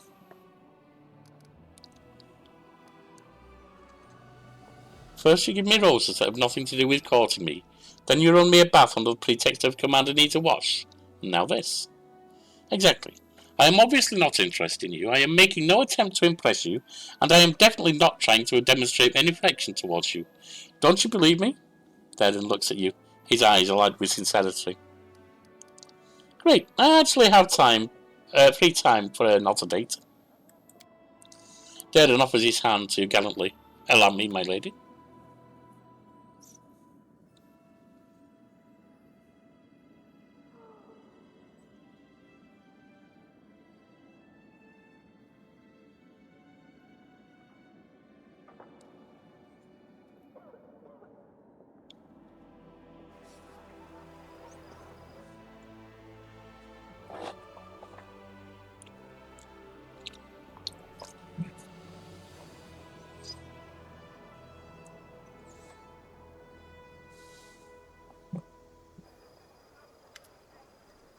The longer he spends alone with you, the more Darren seems to shed his usual acerbity. His hair is tousled and ties on his shirt have been loosened. He sits back, looking completely at ease, while his hands are lively and elegantly expressive, punctuating his speech. So here we are alone in this utterly insignificant, tedious business meeting. Would you be so kind to suggest a conversation starter? We need something boring and practical to talk about. Boring and practical, as you know, is not exactly my forte. The best way to scrub pots? Oh, this is a perfect topic for me. I possess such vast experience in this arena, after all. So, pots, I know of their existence, so that's a start. I first encountered the necessity of scrubbing pots after joining your delightful party. You may be familiar with this remarkable sensation. When you make a new acquaintance, but you instantly hate everything about them. Well, that sums up my attitude towards pots. Oh, I could spend hours describing my loathing for them. Darren's eyes sparkle teasingly. Are you absolutely certain you don't want me to stop now? You drove yourself into this trap, mate. Now you must continue. Oh yes, I did drive myself into this trap. Darren looks directly into your eyes. My thoughts are all adrift. I guess I shan't be able to maintain a boring conversation. It is beyond me. He moves closer, just a little, and takes your hand. I wonder if I shall come to regret this. You're dangerous, I know it. Lift his chin with your hand and look into his eyes. If you try to pass this off as another one of your jokes, I'll send you back to Mendev immediately, on a donkey, stark naked. Threats and passion? For some reason I find this conversation highly attractive. Darren removes your hand from his face, but doesn't move back. Instead he leans forward, as if for a kiss.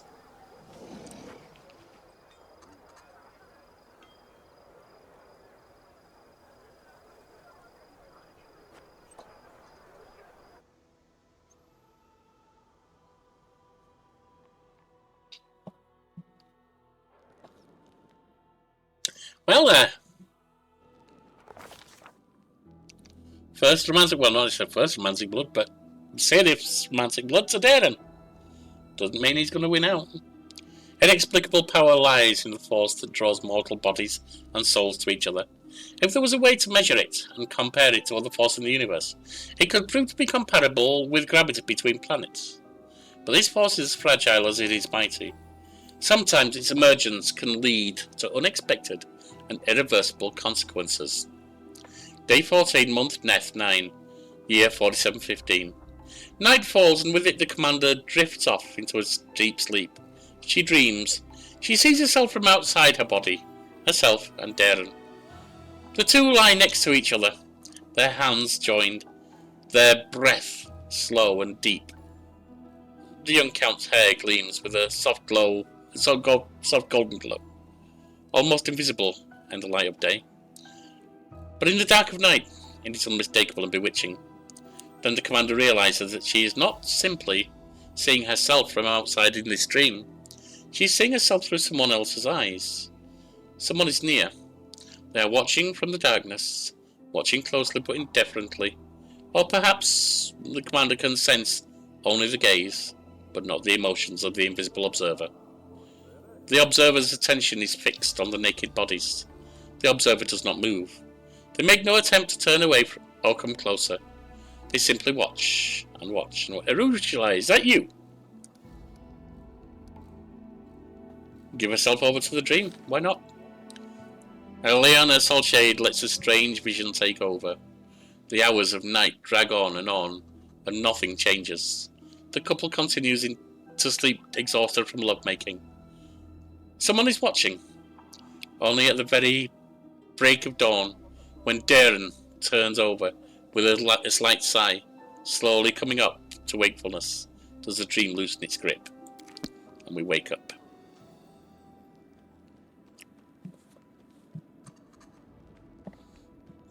Oh, Darren! You know what I've been thinking about? Darren is battling his tousled hair, trying to make it look at least slightly tidy. Perhaps this crusade isn't so bad after all.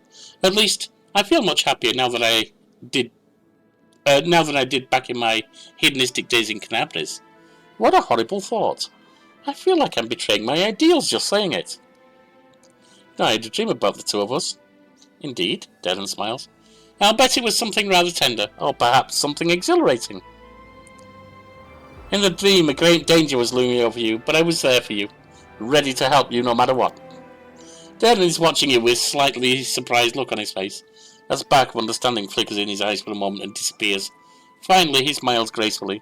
How courteous of you, to guard me even in slumber. Until next time. If you miss me, you know where to find me.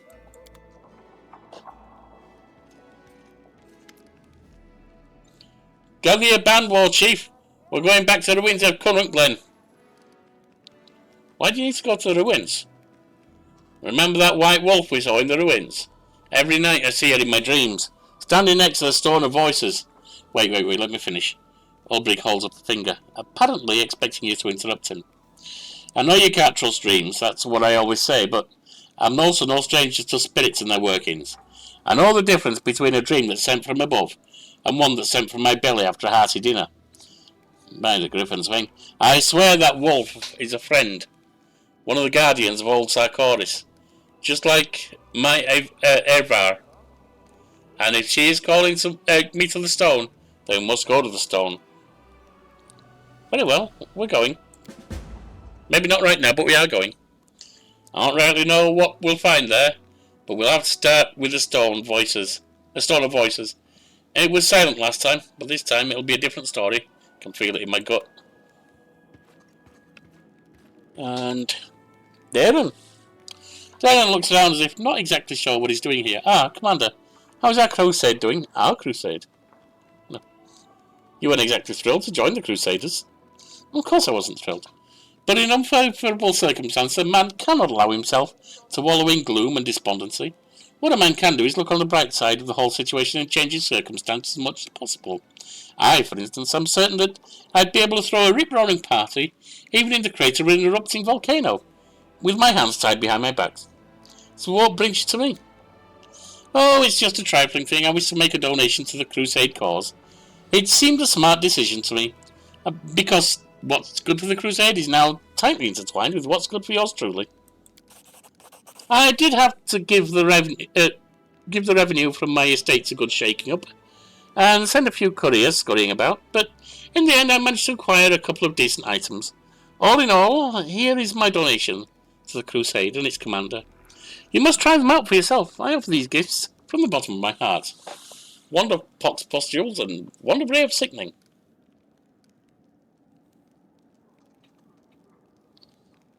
I can sense your own agenda and your choice of gifts. Clever.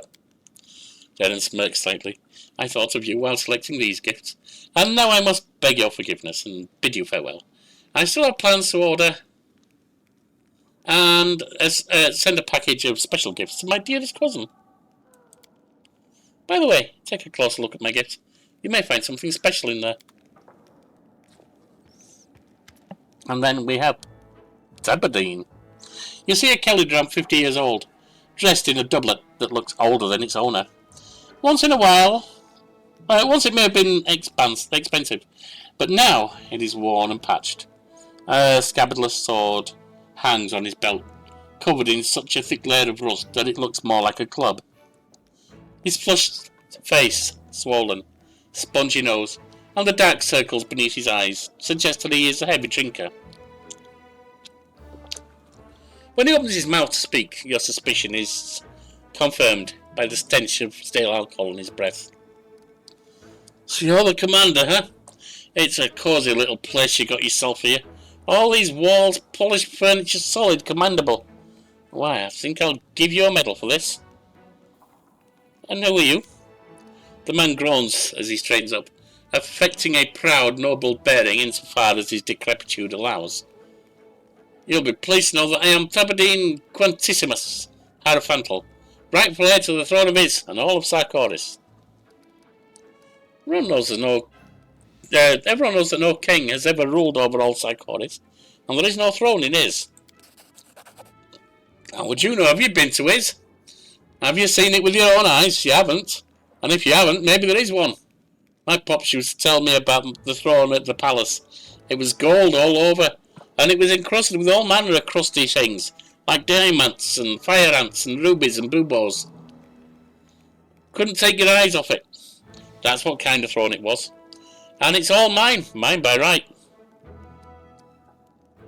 Can you prove your claim to the throne? Of course. We are just some swindlers. We have all the evidence. Here, look. He takes a rusty sword from his belt and shows you the hilt, which features a nearly worn-off golden crest. The grinning animal on it depicts most closely resembles a shabby opossum. Here, the royal smilodon. Yeah, I don't think so. Is the ancient symbol of the rulers of Sarkoris. I've also got a wart on my chest in the shape of a crown. Of course I'm the heir to the throne. And for those who don't believe me, well, they can get lost, that's what I say. Let them go to Pelura's Falls, where all the kings of Sarkoris are buried. There my entire family tree has been written in stone. Go and read for yourselves.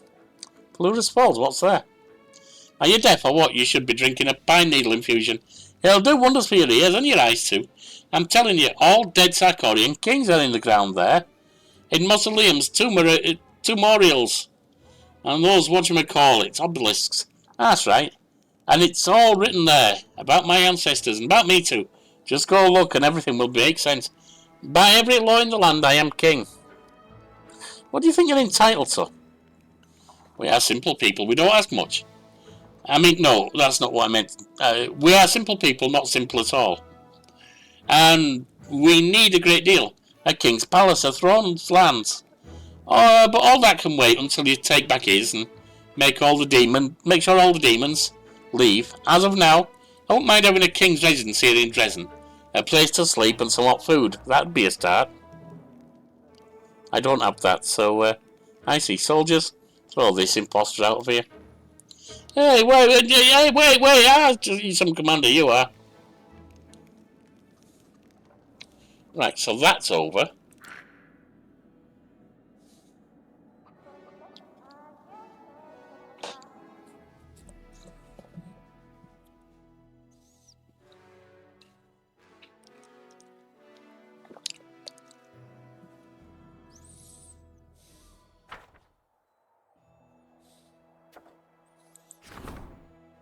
In the commander we trust.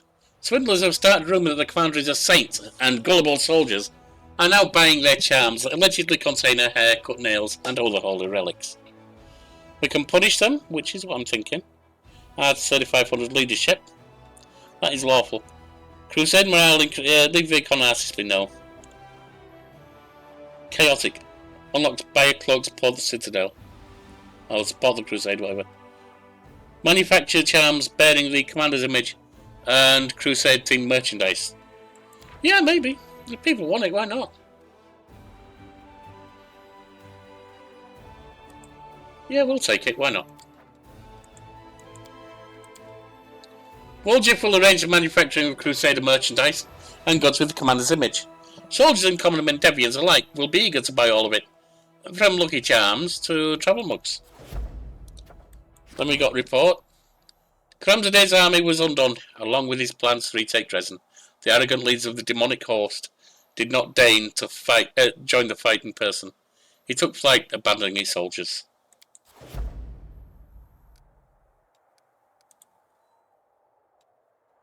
And we have some other stuff.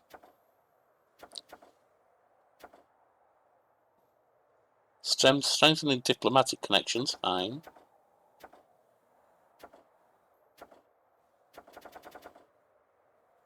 So we've got strengthening diplomatic connections is one, definitely.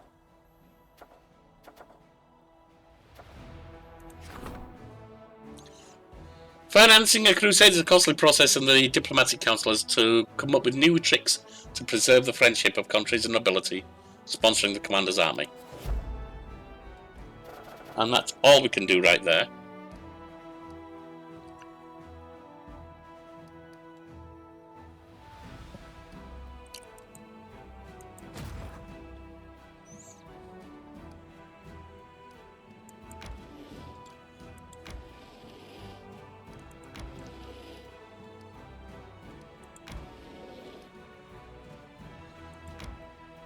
Let's get rid of these.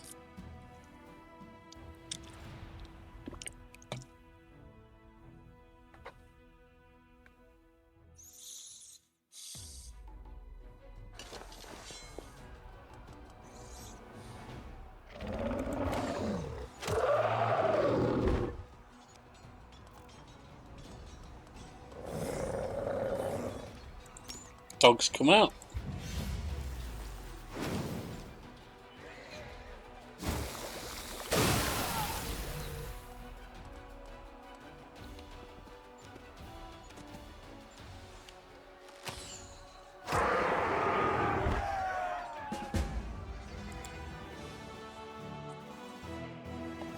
Just a few drakes.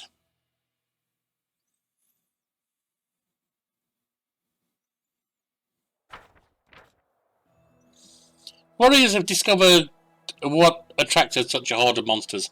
An impressive ambulatory laboratory belonging to some insane alchemist.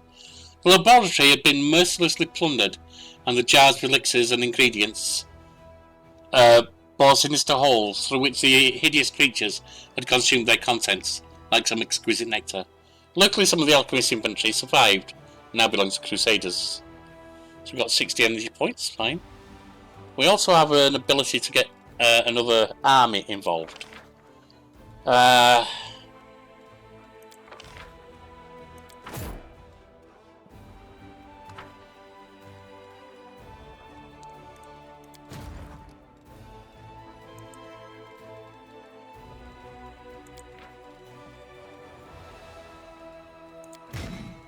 Take you off there. Send you up here, because you are archers.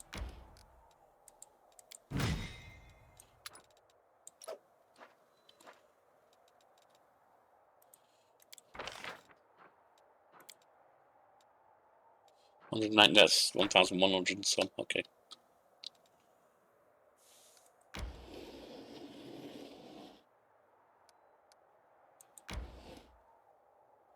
Right. Let's skip a day. Get the diplomatic council done. Let's bring you across here. Clear them out.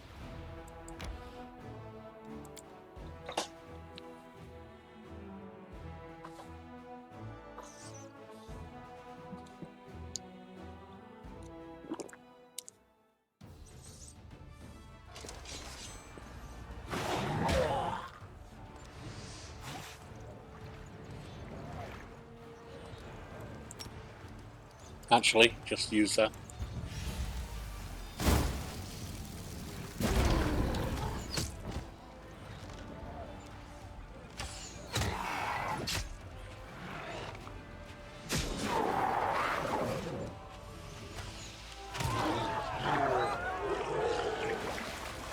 Nice and easy.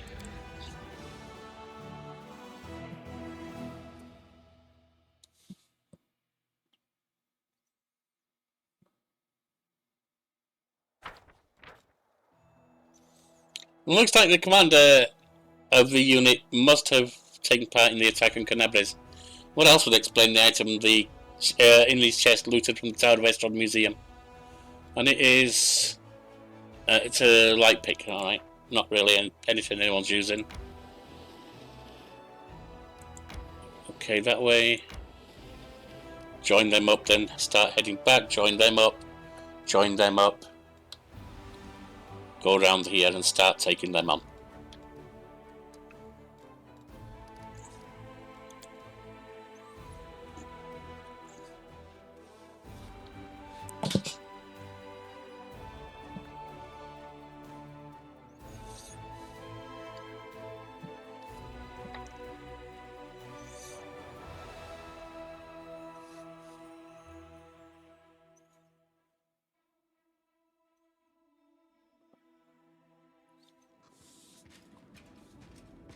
Konami, someone I'm not particularly keen on. Commander, upon hearing word of your victory in the Battle of Dresden, many leaders in Aviston have considered taking a more active supporting role in the crusade. Fighting demons in the name of the saving the world is a prestigious endeavour, especially when the war is going well. The one whose help is accepted first will increase their standing in the political arena, which is why the powers are now competing for the right to conclude an alliance with Mendev before the rivals do. Nerosian has already chosen which of them is to be favoured, Isgar. We've been building an alliance with that nation for a long time, and now the capital is expecting you to address the steward of Isgar with an official offer to support you. Last of all is Mendev's most trusted ally. If we are to ask someone for support, it should be them, the Shining Crusade. What say we invite the Sword Lords of Brevoy to this party? The righteous Mendevian knights just love those hot-headed provincials who will draw their weapons and challenge you to a duel at the drop of a hat. And get this, they win such duels. Nerosian will be ecstatic to have allies like them. And I hope the demons will enjoy the company as well. Just as a note, we happen to have a neighbour who's got barely any presence in the crusade. I'm talking about Numeria. It's believed to be too wild and barbaric to have any dealings with. How about we show everyone how wild and barbaric tribes can fight, and invite them to play a bigger part in our war? Everyone who wanted to come because they listened to our heart, you're already here. Time to call in time to listen to those. Time to call those who listen to their purse. We'll drop a line to Varisian cities, tempt them with some nice spoils. The lords of Tabifocal come running. Why does Nerosian decide who I should accept her? And because you are, with all due respect, one of Her Majesty's subjects. Lady Konami's voice grows sterner, but her movement subsides in a more confiding tone. And because it took great effort for Mendev's diplomatic corps to win his girl over, and ensure you would receive their help. And are you confident that allies you choose yourself will be as reliable? I'm not confident they will be, whatever Her Majesty thinks. Why can't we can't call everyone for help? I wish we could, but we can't. The Chilaxians and their colonies can't stand the Andorrans. Maltoon is at war with Nimrathus. Nidal and Last War at daggers drawn, and all of them envy the wealth of Absalom, protest against the godlessness of Druma, and fear the revolutionary plague of Galt. They can tolerate each other in small doses, but an official letter from the commander summoning one of the nations to assist the crusade will lead to, shall we say, an eruption of toxic volcanoes across half of the courts in Avistan. So I'm afraid you'll have to choose which one of your allies is most desirable to you. See what the council has to say. Lady Konami's voice turns silken and somewhat condescending. Commander, we both realise that Mendev's political interests lie beyond the competence of this council. The decision has already been made, in the capital. Nerosian has shown courtesy and concern for your authority by allowing you to implement the decision yourself. Trust my own council more than the royal one. Indeed, what could Her Majesty's most loyal servants possibly know about diplomacy? Let us listen to the council. What they don't know, Konami, is how to defeat a demon horde, do they? Not after four failed crusades. So, Zil, why do you suggest we accept Lastwall's aid? The Shiny Crusader, Lastwall, and Mendev have much in common. We protect Galorium from demons. They fight the undead and the legacy of Tarbathon. The Whispering Tyrant, like us, last folk, are used to eternal war. They are persistent, vigilant, and know how to oppose baleful magic. Their swords will aid us on front lines, and the watchful eye of their inquisitors will do us much good on the home front, where the spies of the Ivory Labyrinth roam. Waldriff grimaces in annoyance. Yeah, we clearly don't have enough of our own righteous balls. Let's bring some more from Lastwall. War dogs and snobs, a lot of them.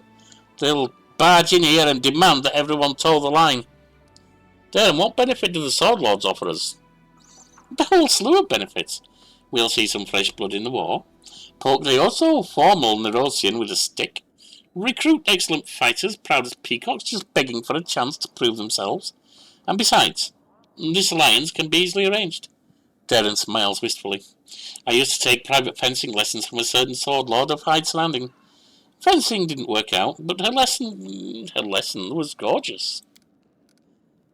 Darren, isn't this going just a little far? We can't make decisions of such importance just because you had an affair with a Brevin.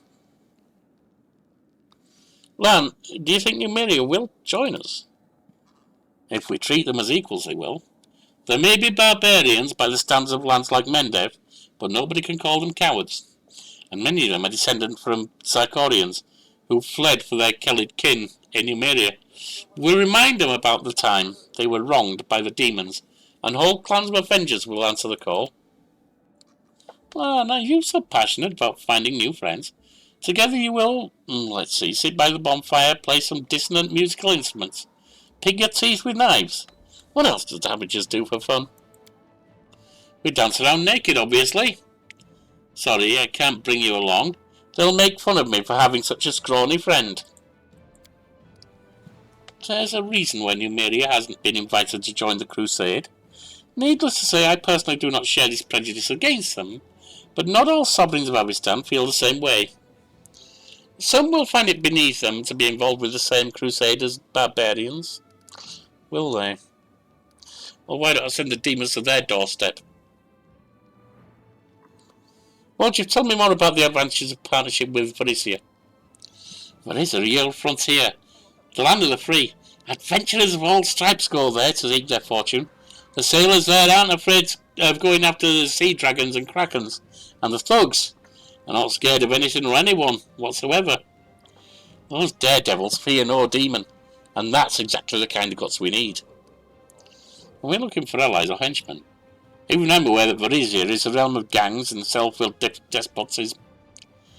And I just crawled out from under a rock, you know. Lady Konami, what kind of help can we expect from Isga?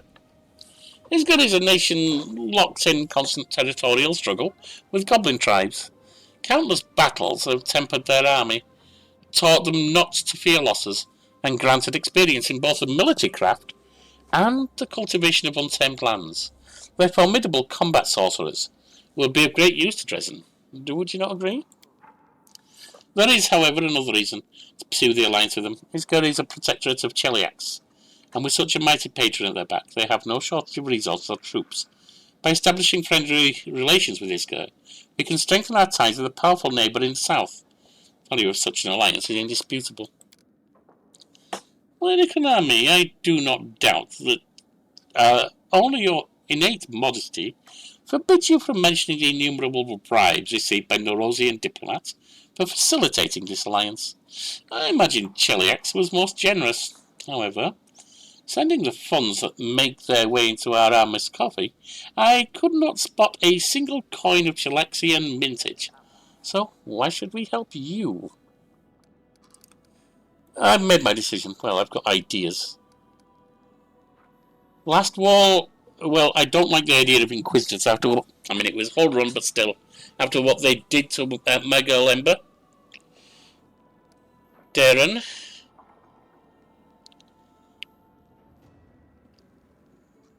I don't know about the duelists, to be honest, Darren.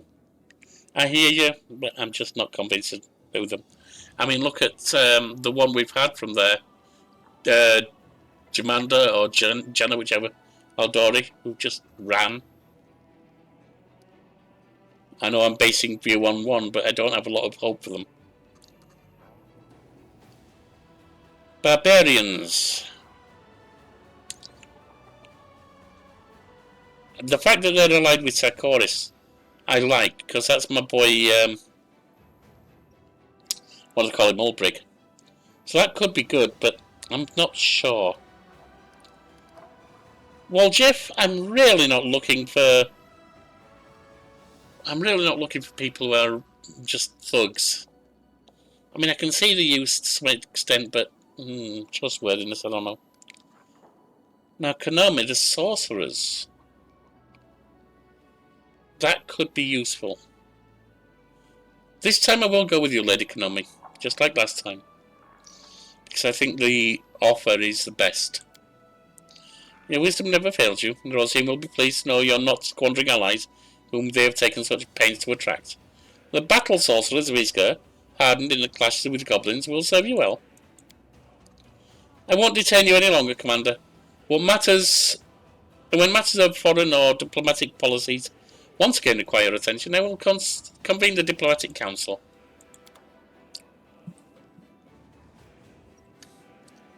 Right, anything else here?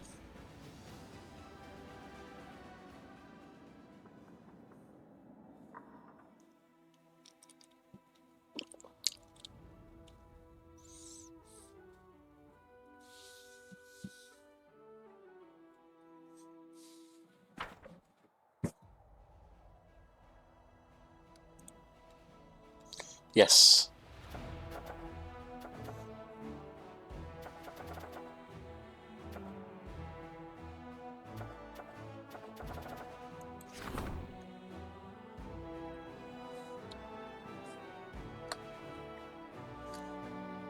Crest of the Fallen Knight.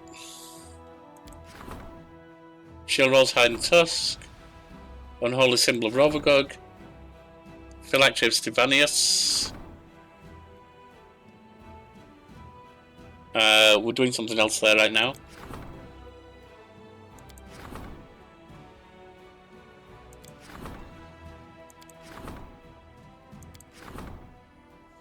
Fate of the Altar of the First Retriever. Faultless Daybreak. Bell of Mercy, another's been done. Cloak, another's been done. We'll take the Crest of the Fallen Knight, why not?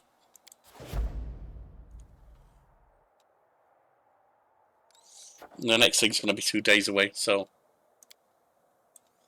nothing else to do right now. In the Crusade management.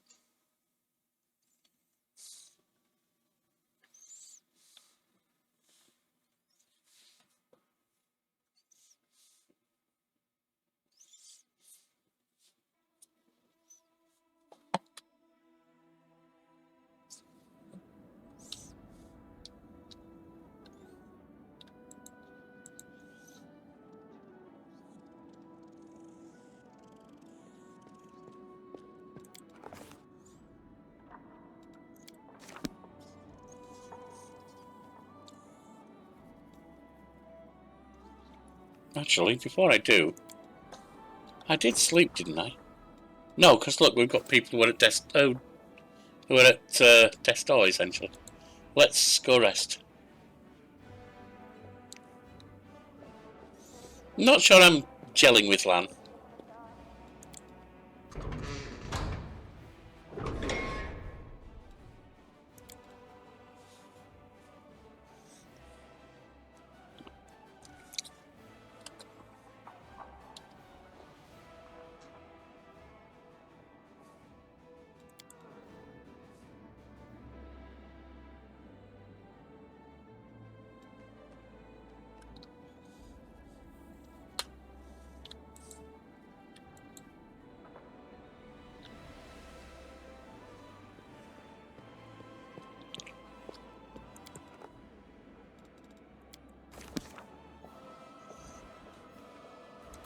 I'm gonna drop him. Oh, I need you anyway, don't I? What am I thinking? Now, I might not have all the spells you need to have memorized. That is a correct assumption. So let me double check that.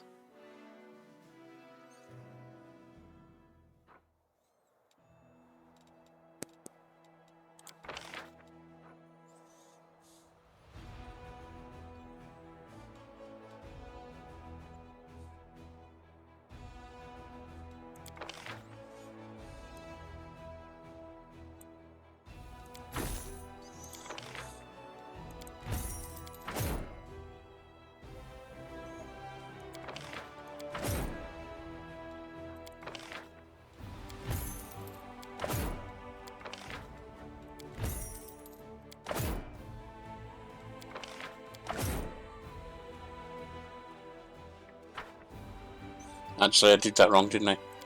I need to get over to a new one.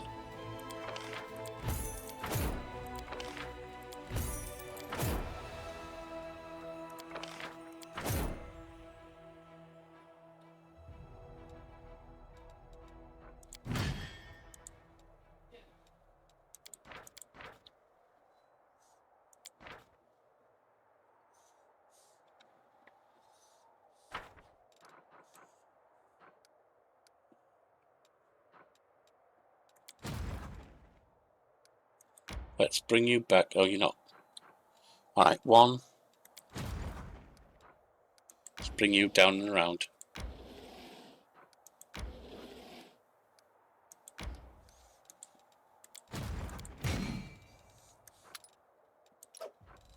$67, $195, and 27.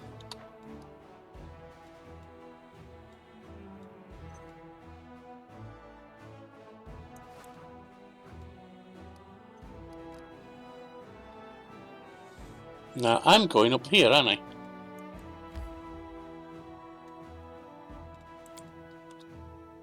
Or at least to here.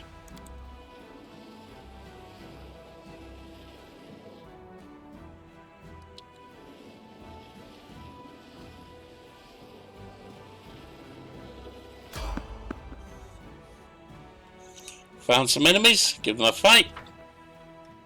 Or run away, whichever.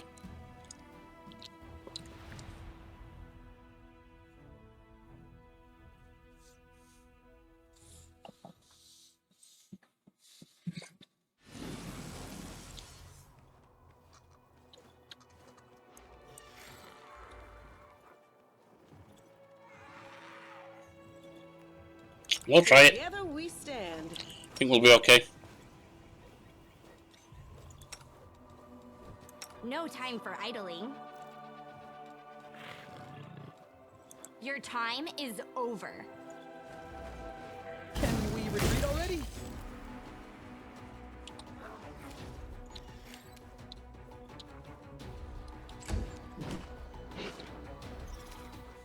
Ona Adayana.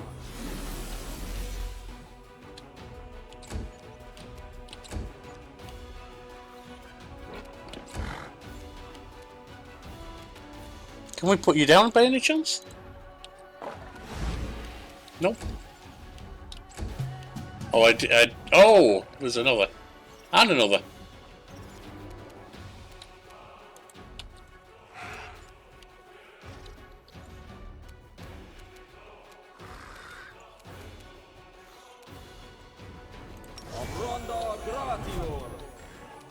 Conzora. And I have a visiting cat now. This makes everything a lot harder to control.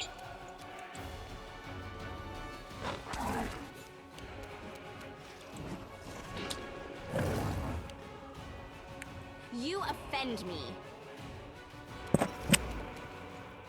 Stand down. Missed.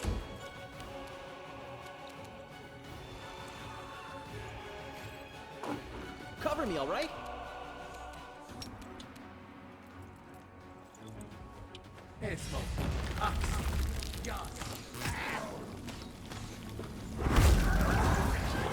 Cat's down.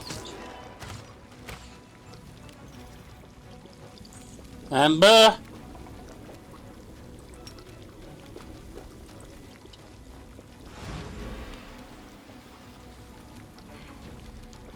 Let's hit you like that, and then The inheritor, guide my blade. speed.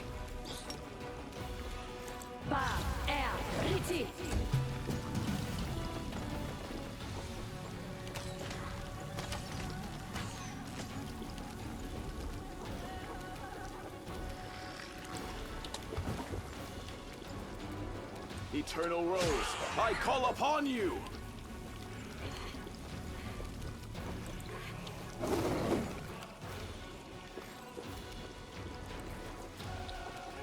Away, you rascal! Nice hit. Stab you or zap you? Why not both? Amber's done. That's not what I wanted to see.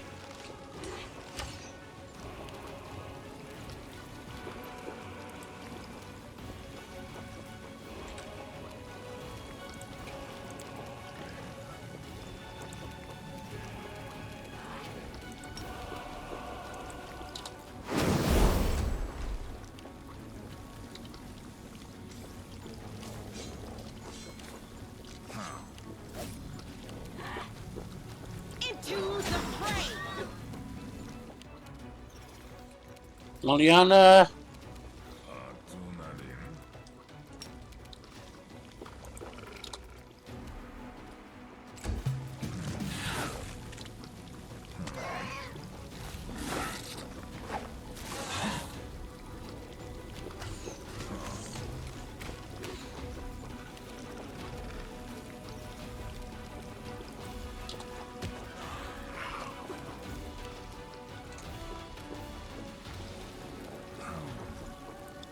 Sozio.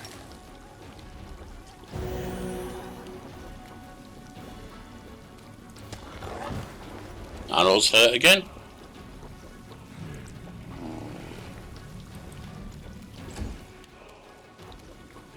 Your time is over.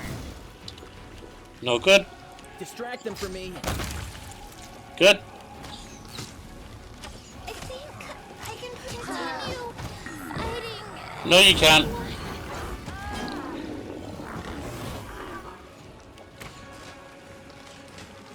Still, I failed you, friends. The light, take you.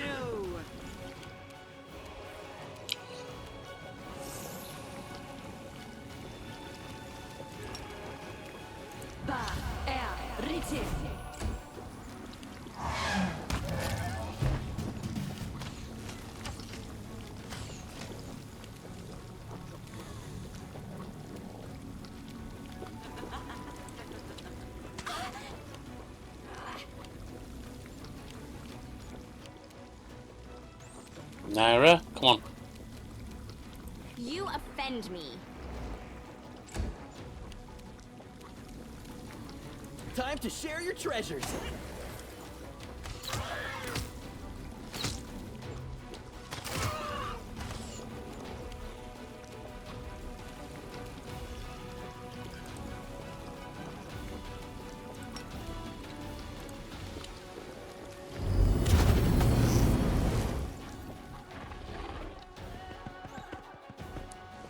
That's a problem.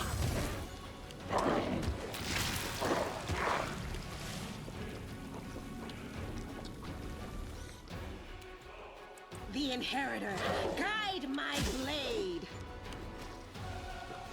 Aliana.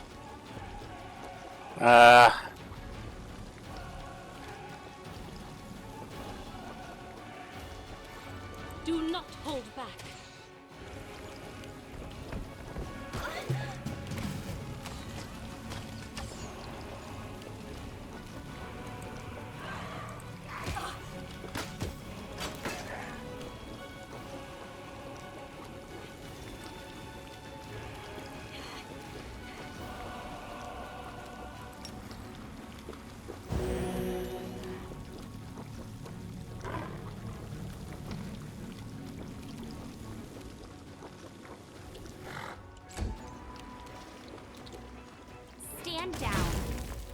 It's almost down.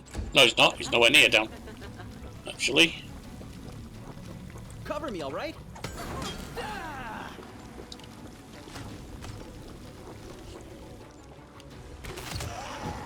Ivu's down.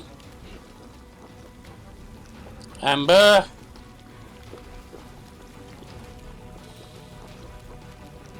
Let's get some more of your critters out, shall we?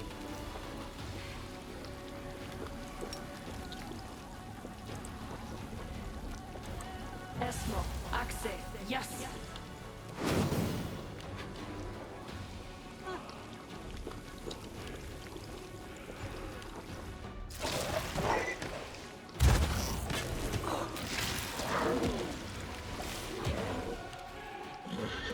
Into the fray. Strike as one.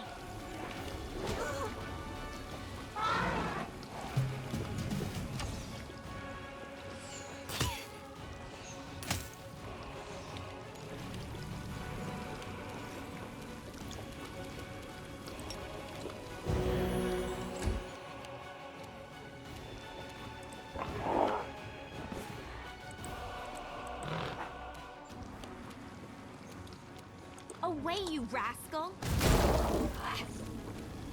Stab you or zap you. Why not both? It's another.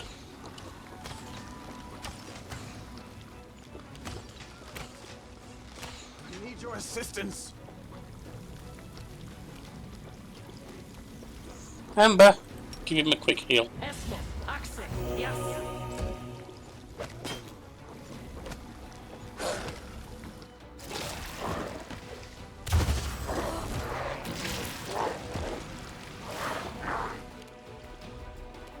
The light. Take you.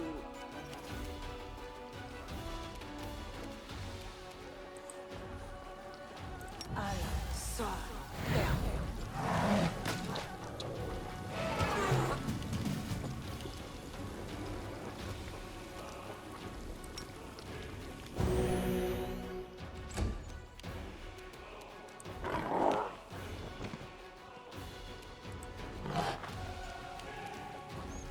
Naira. Your time is over. Distract them from me.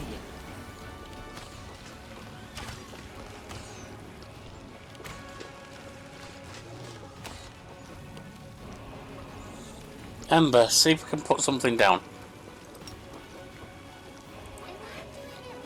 Not you. No.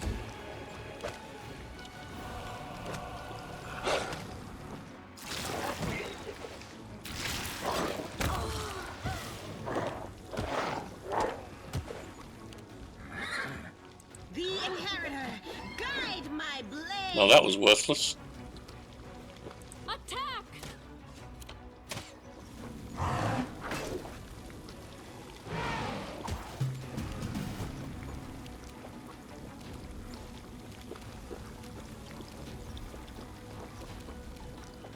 Move forward.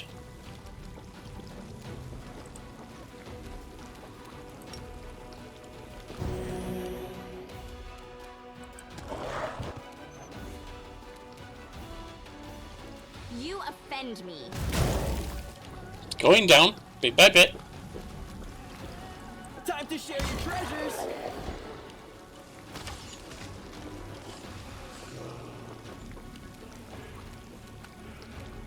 Too late for apologies.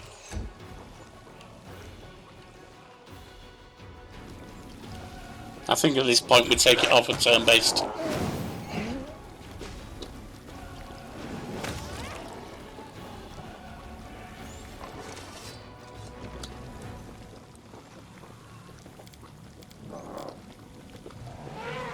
Pretty much all good. We'll have a rest because that took a lot out of us.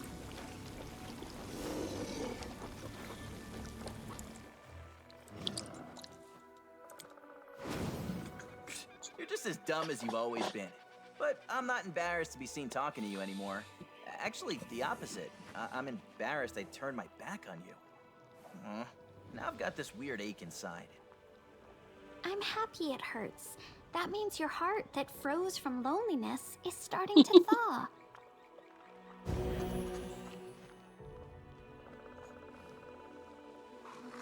Well, there's a thought, isn't it?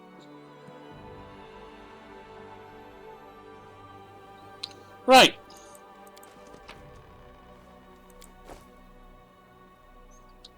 Out we go.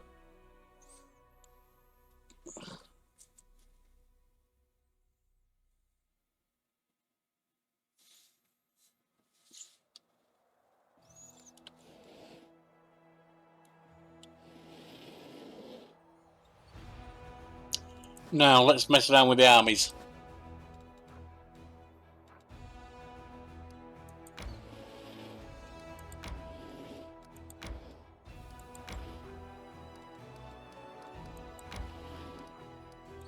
See what that one leads to, if anything. Where does that gap there?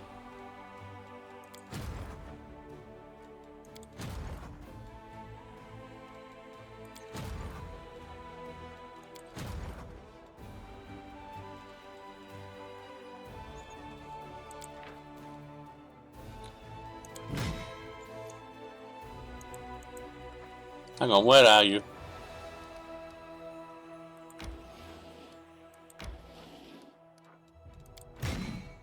Not you. You. No! You're marksman. You can come there. You can go there. And you can go there.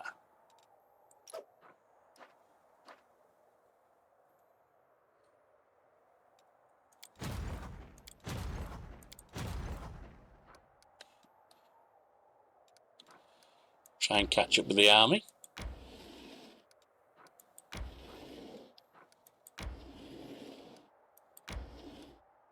Can't do it this time. I have to wait till next time. And Scrubland by a bend in the river.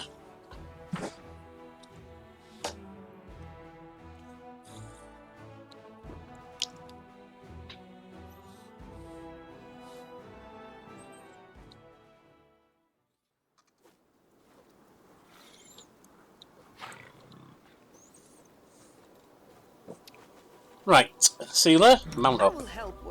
Oh, you've lost some levels. You've lost some levels, Sealer. So have you, Naira.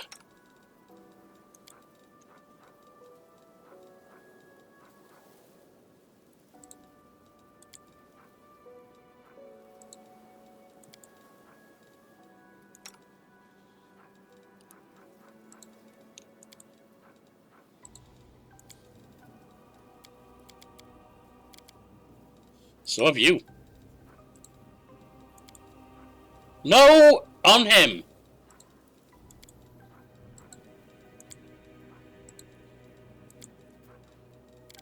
Alright. Now. I'm here. Where else would I be?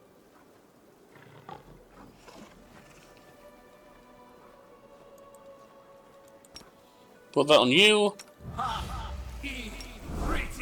Give it to him.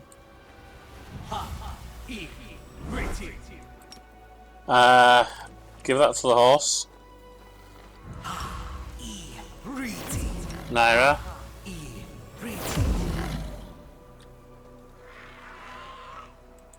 Protection from arrows.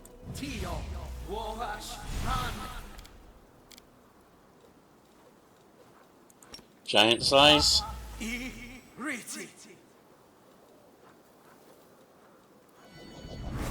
Strength. Strength on the horse. Sealer. You.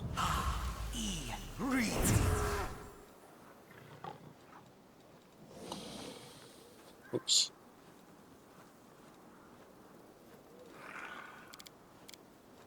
Search for the beauty with your heart, not your eyes.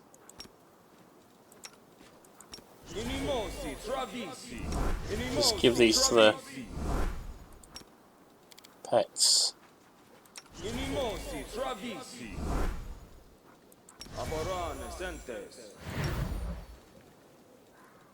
Give that to you. Onto you.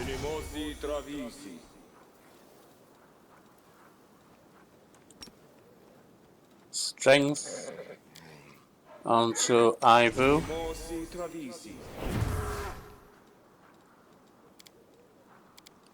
Sealer. Rely on me. Probably fighting the demons, so Evan, Friendship you lasts can get that. forever. I stand ready. Oh, I forgot to put her That's right. thing on everyone that doesn't have armor. You don't. Yes. You don't. Yes. You don't. Yes. Horse does. You don't. Yes. You don't. Yes. I don't. Yes. Put this on the humans. Well, the characters. Because I don't know if we're going to face some drains here.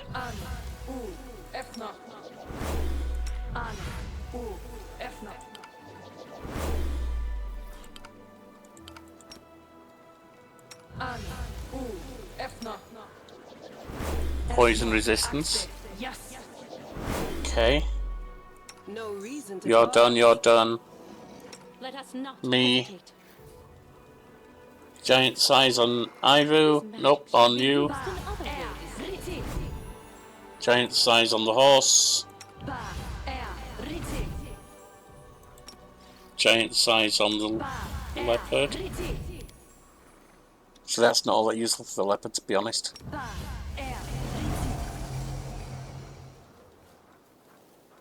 Protection from fire. And again. And then give everyone blur.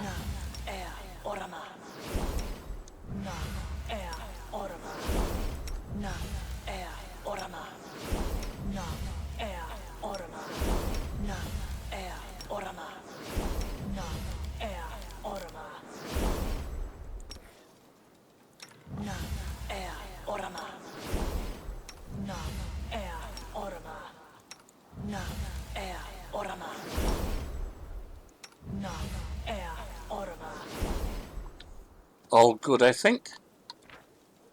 Already.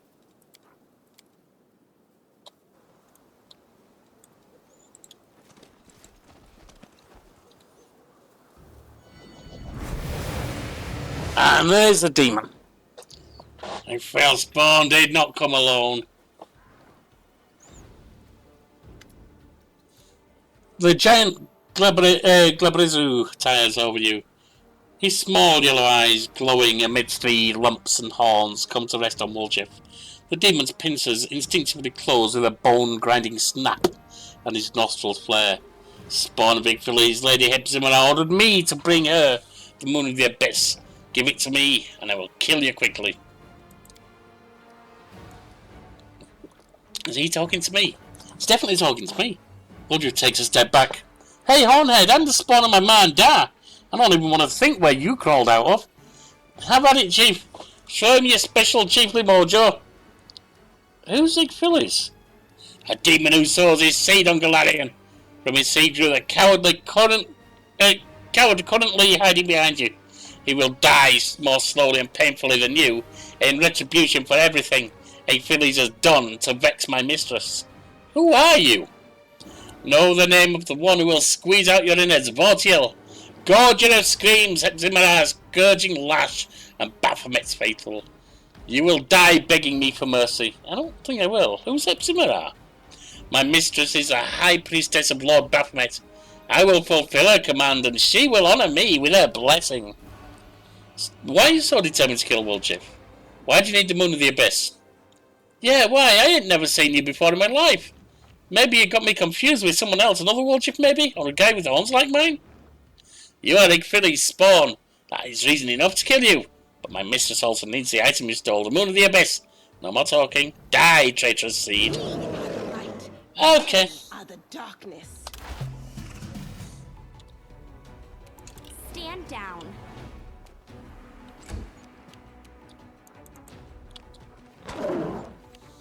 What's health on this thing? 201. It's not too bad. Cover me, all right?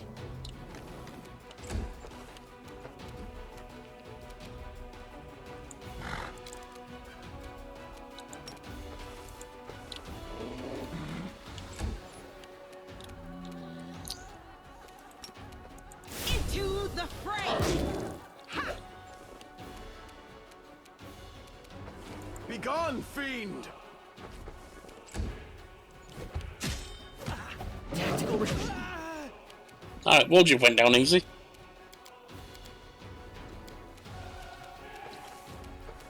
Let's bring out the mammoth.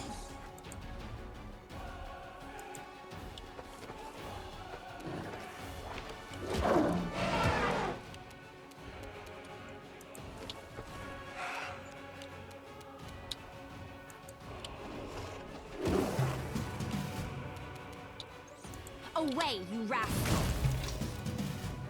Well, he didn't last long. I'll find your spawn, big village. You will be bathed in blood. Well, he ran away. Woljif looks supremely satisfied. What did you make of that WOTR, in chief? So, would you take me back? There's nothing for me to do on my own in the Whirlwind. And we do kind of make a good team.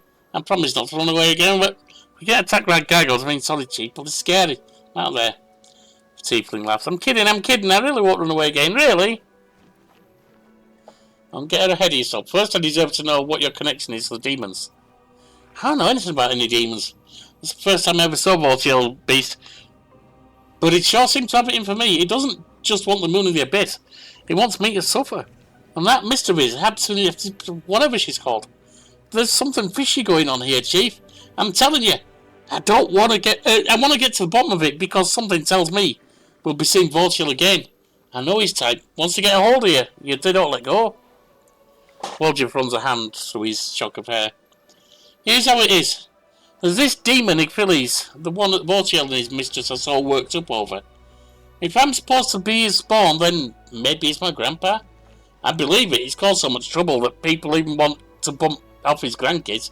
Yep, that sounds like my family, alright. Achilles did something to Voltiel's boss. Maybe he stole the moon from her. I don't know. Anyway, she sent her top muscle to find it. That muscle being Voltiel. And now I'm the poor sap who's supposed to pay for all of his granddaddy's evil deeds. See, demons are just the same as low-class thugs, when you get down to it. But I ain't giving them the moon, even if the shadows start talking to me because of it. And then there's... Woljif stopped short. Anyway, we'll talk about that later. That's a separate discussion. Dave promised not to run off again. Swear on my man, da. To be fair, I'm not sure if they're alive or dead, but even dead people can have a lot happen to them. Even if they can be raised from the dead or just dug up to be used as experiments. I know one old-timer, a street food vendor, who would buy fresh corpses when he was looking into something. Almost as if... Anyway, it doesn't matter. What matters is this. I need to talk to you. I don't have anybody else. Face-to-face and somewhere private. In Dresden, that'll do. When you next see me standing alone, come talk to me. Alright. Let's go, Chief. On to new adventures. I'm sick of this place, to tell the truth. It's empty, it's boring. And we might as well talk to the road instead of hanging around here. Do you know any travelling songs? Want me to teach you some tavern tunes? The one where the thief falls in love with a beautiful woman, and she turns out to be a guard, and the two of them get hacked up in the street. How about the one where the thief's in court, and the judge is his father? Or the one about how if you don't behave yourself, you'll live out your days in a special institution. And remember them all. We've got plenty of time. Alright. Our path leads on. Don't look like there's much of anything around here, but we'll have a scout around. There is something there. Nothing truly worthwhile, but a bit of treasure's a bit of treasure. Nothing there. Alright.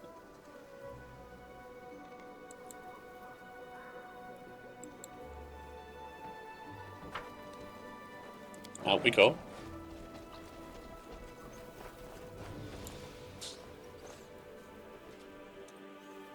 Then, if the teleport circle's done, we can head back to Dresden.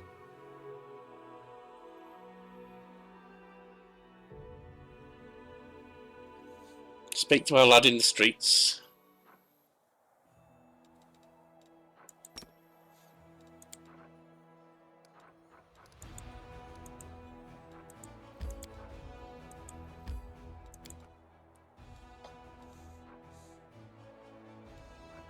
Oh, we still need to talk to her as well.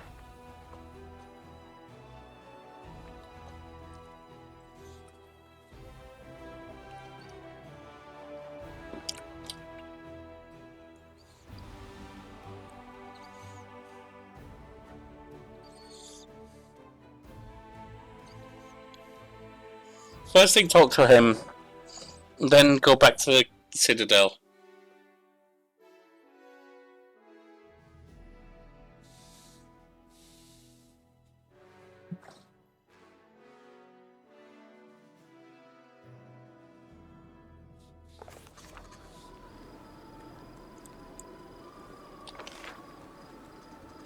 And he's right there.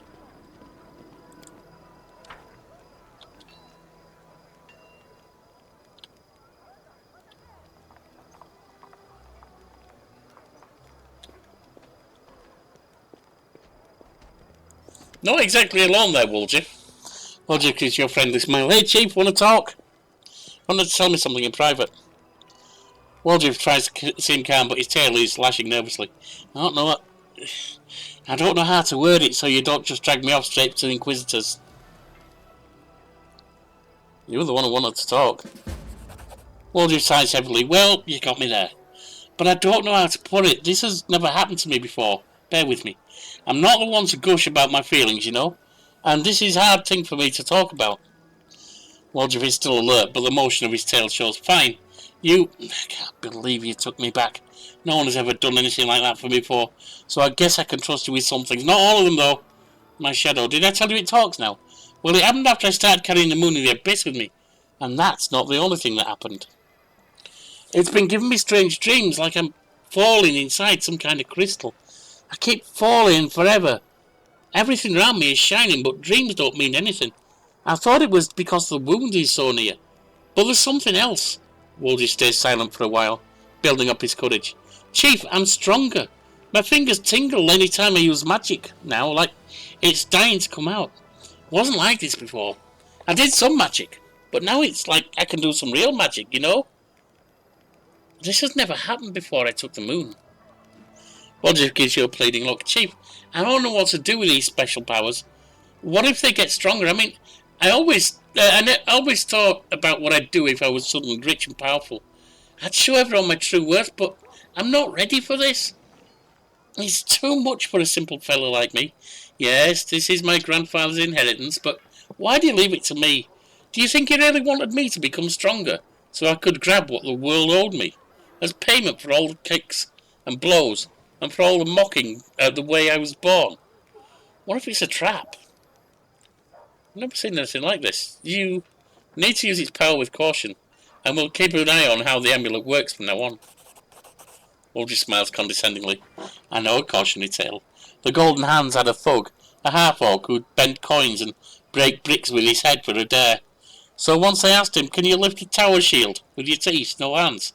He tried it and all his teeth fell out. All of them, one by one, you know. So he lived on porridge until he kicked the bucket, which happened because he couldn't lisp the password to the hideout, so they shot him a crossbow on the spot. They figured it out later and everyone felt bad about it. So what I was saying, oh yeah, that's when I realised that even if you have great strength, you need to use your brain too. And now if WOTR gets to me again, I'll be ready. Thanks for understanding, Chief. I don't know what I'd do if it wasn't for you.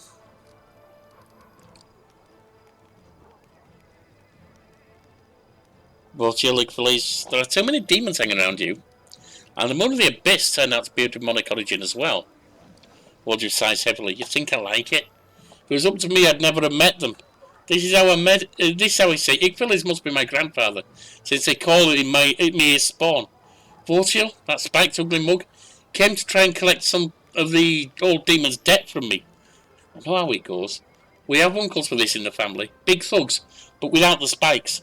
They'll go around beating money out of late payers. The Hepzibah he's talking about must be like our sister Charisme, but for demons. And old Gramps crossed her somehow, and she can't get over it. He probably stole the moon of the abyss from her. I don't know, but I would have. And the moon, Grandpa, you should have left me a note or something. Chief, I think he expected better of me than how I turned out in the end. He probably thought he'd have a smart grandkid who'd know what the moon was for and what to do with it. But he got me. Woody's tail dropped sadly. So what if he was a demon? I don't want to let him down, you know. He believed in me, I guess. Just you and him, Chief. The only two people in the whole world who believed in me. That's why I have to figure this out. Alright, well, we'll see about it later, don't worry. Now, off to the Citadel.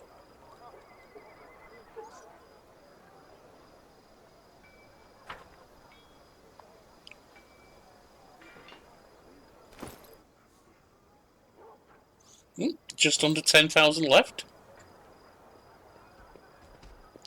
to reach level 11.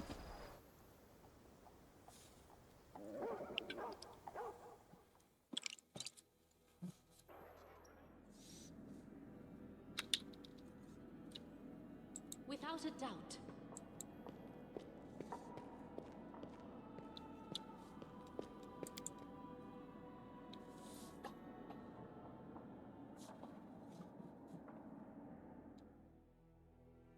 Anything at the table, and then I must remember to talk to Erebeth.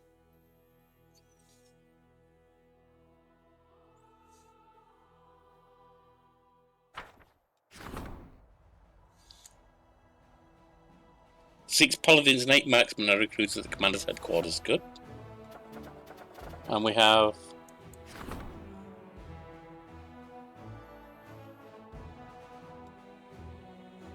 I don't really need to increase Crusader morale, it's maxed.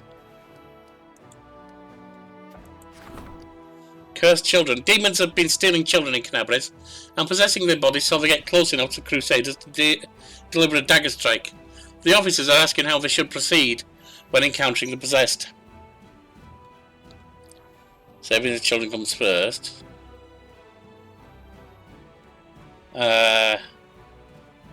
Safety of children soldiers comes first. Set a trap for the demons, or hunt down the kidnappers.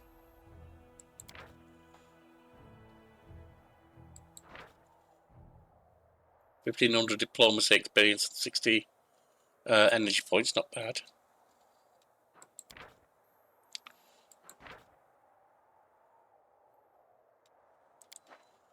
Let's go for hunt down the kidnappers so we can stop it happening.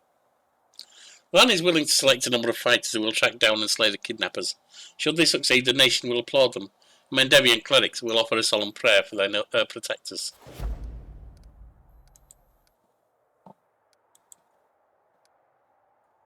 Right, nothing there right now. So that's just morale and I don't need to worry about it.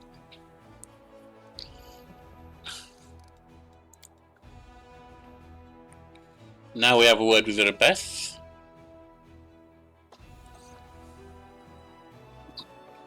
Give her the solemn hour.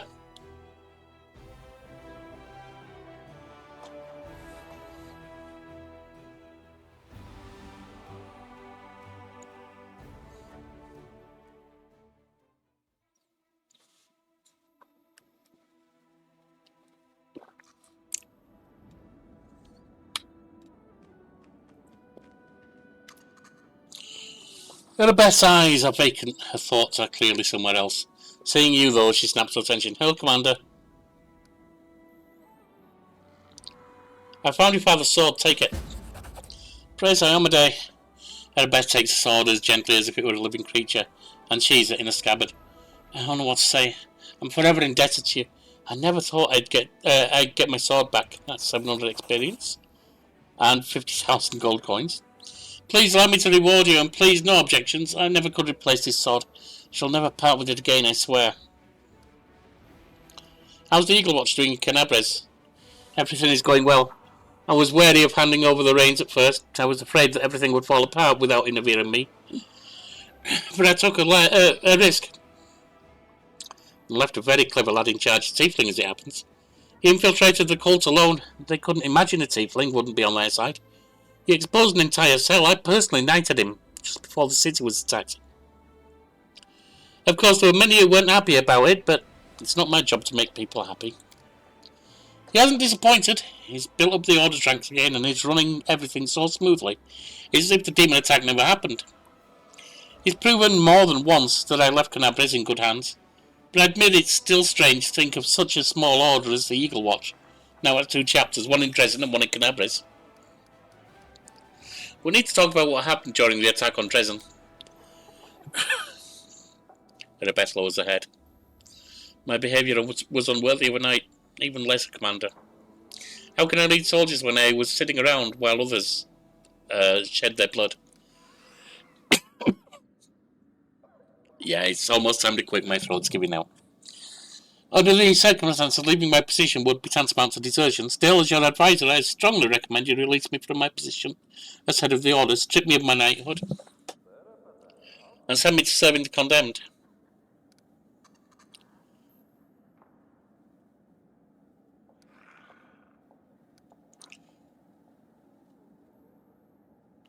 Lead the Eagle Watch then.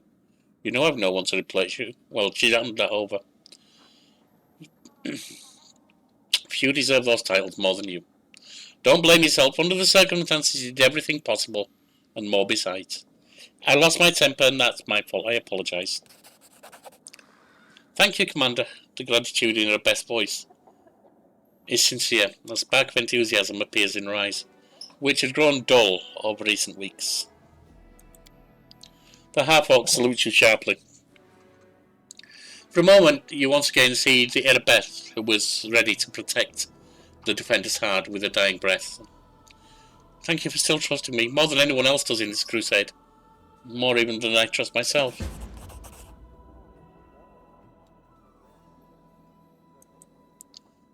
Was the 360 experience? Despite your words, Erebeth obviously still feels unworthy of her commander's rank. Changing her mind will require more than platitudes. Perhaps you can bolster her by appointing her to a position where she can work more closely with rank-and-file soldiers, those whose faith in the commander remains undimmed. I have to go.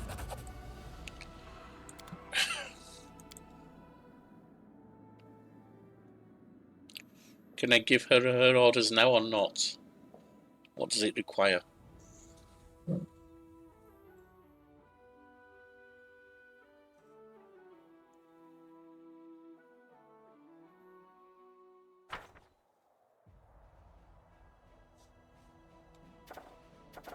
Yes, I can. At the best breakdown which occurred before the assault on Dresden still haunts her mind. She should be reminded that she was, is, and always will be a hero in the eyes of the soldiers. By appointing her as commander of a small squad of crusaders. Unfortunately, because Rebeth is occupied with the squad leader, her duties of the Crusades command will be transferred to someone else. Excuse me. Alright, that is it for today. As you can see, my throat has finally given out. I'll see you next time.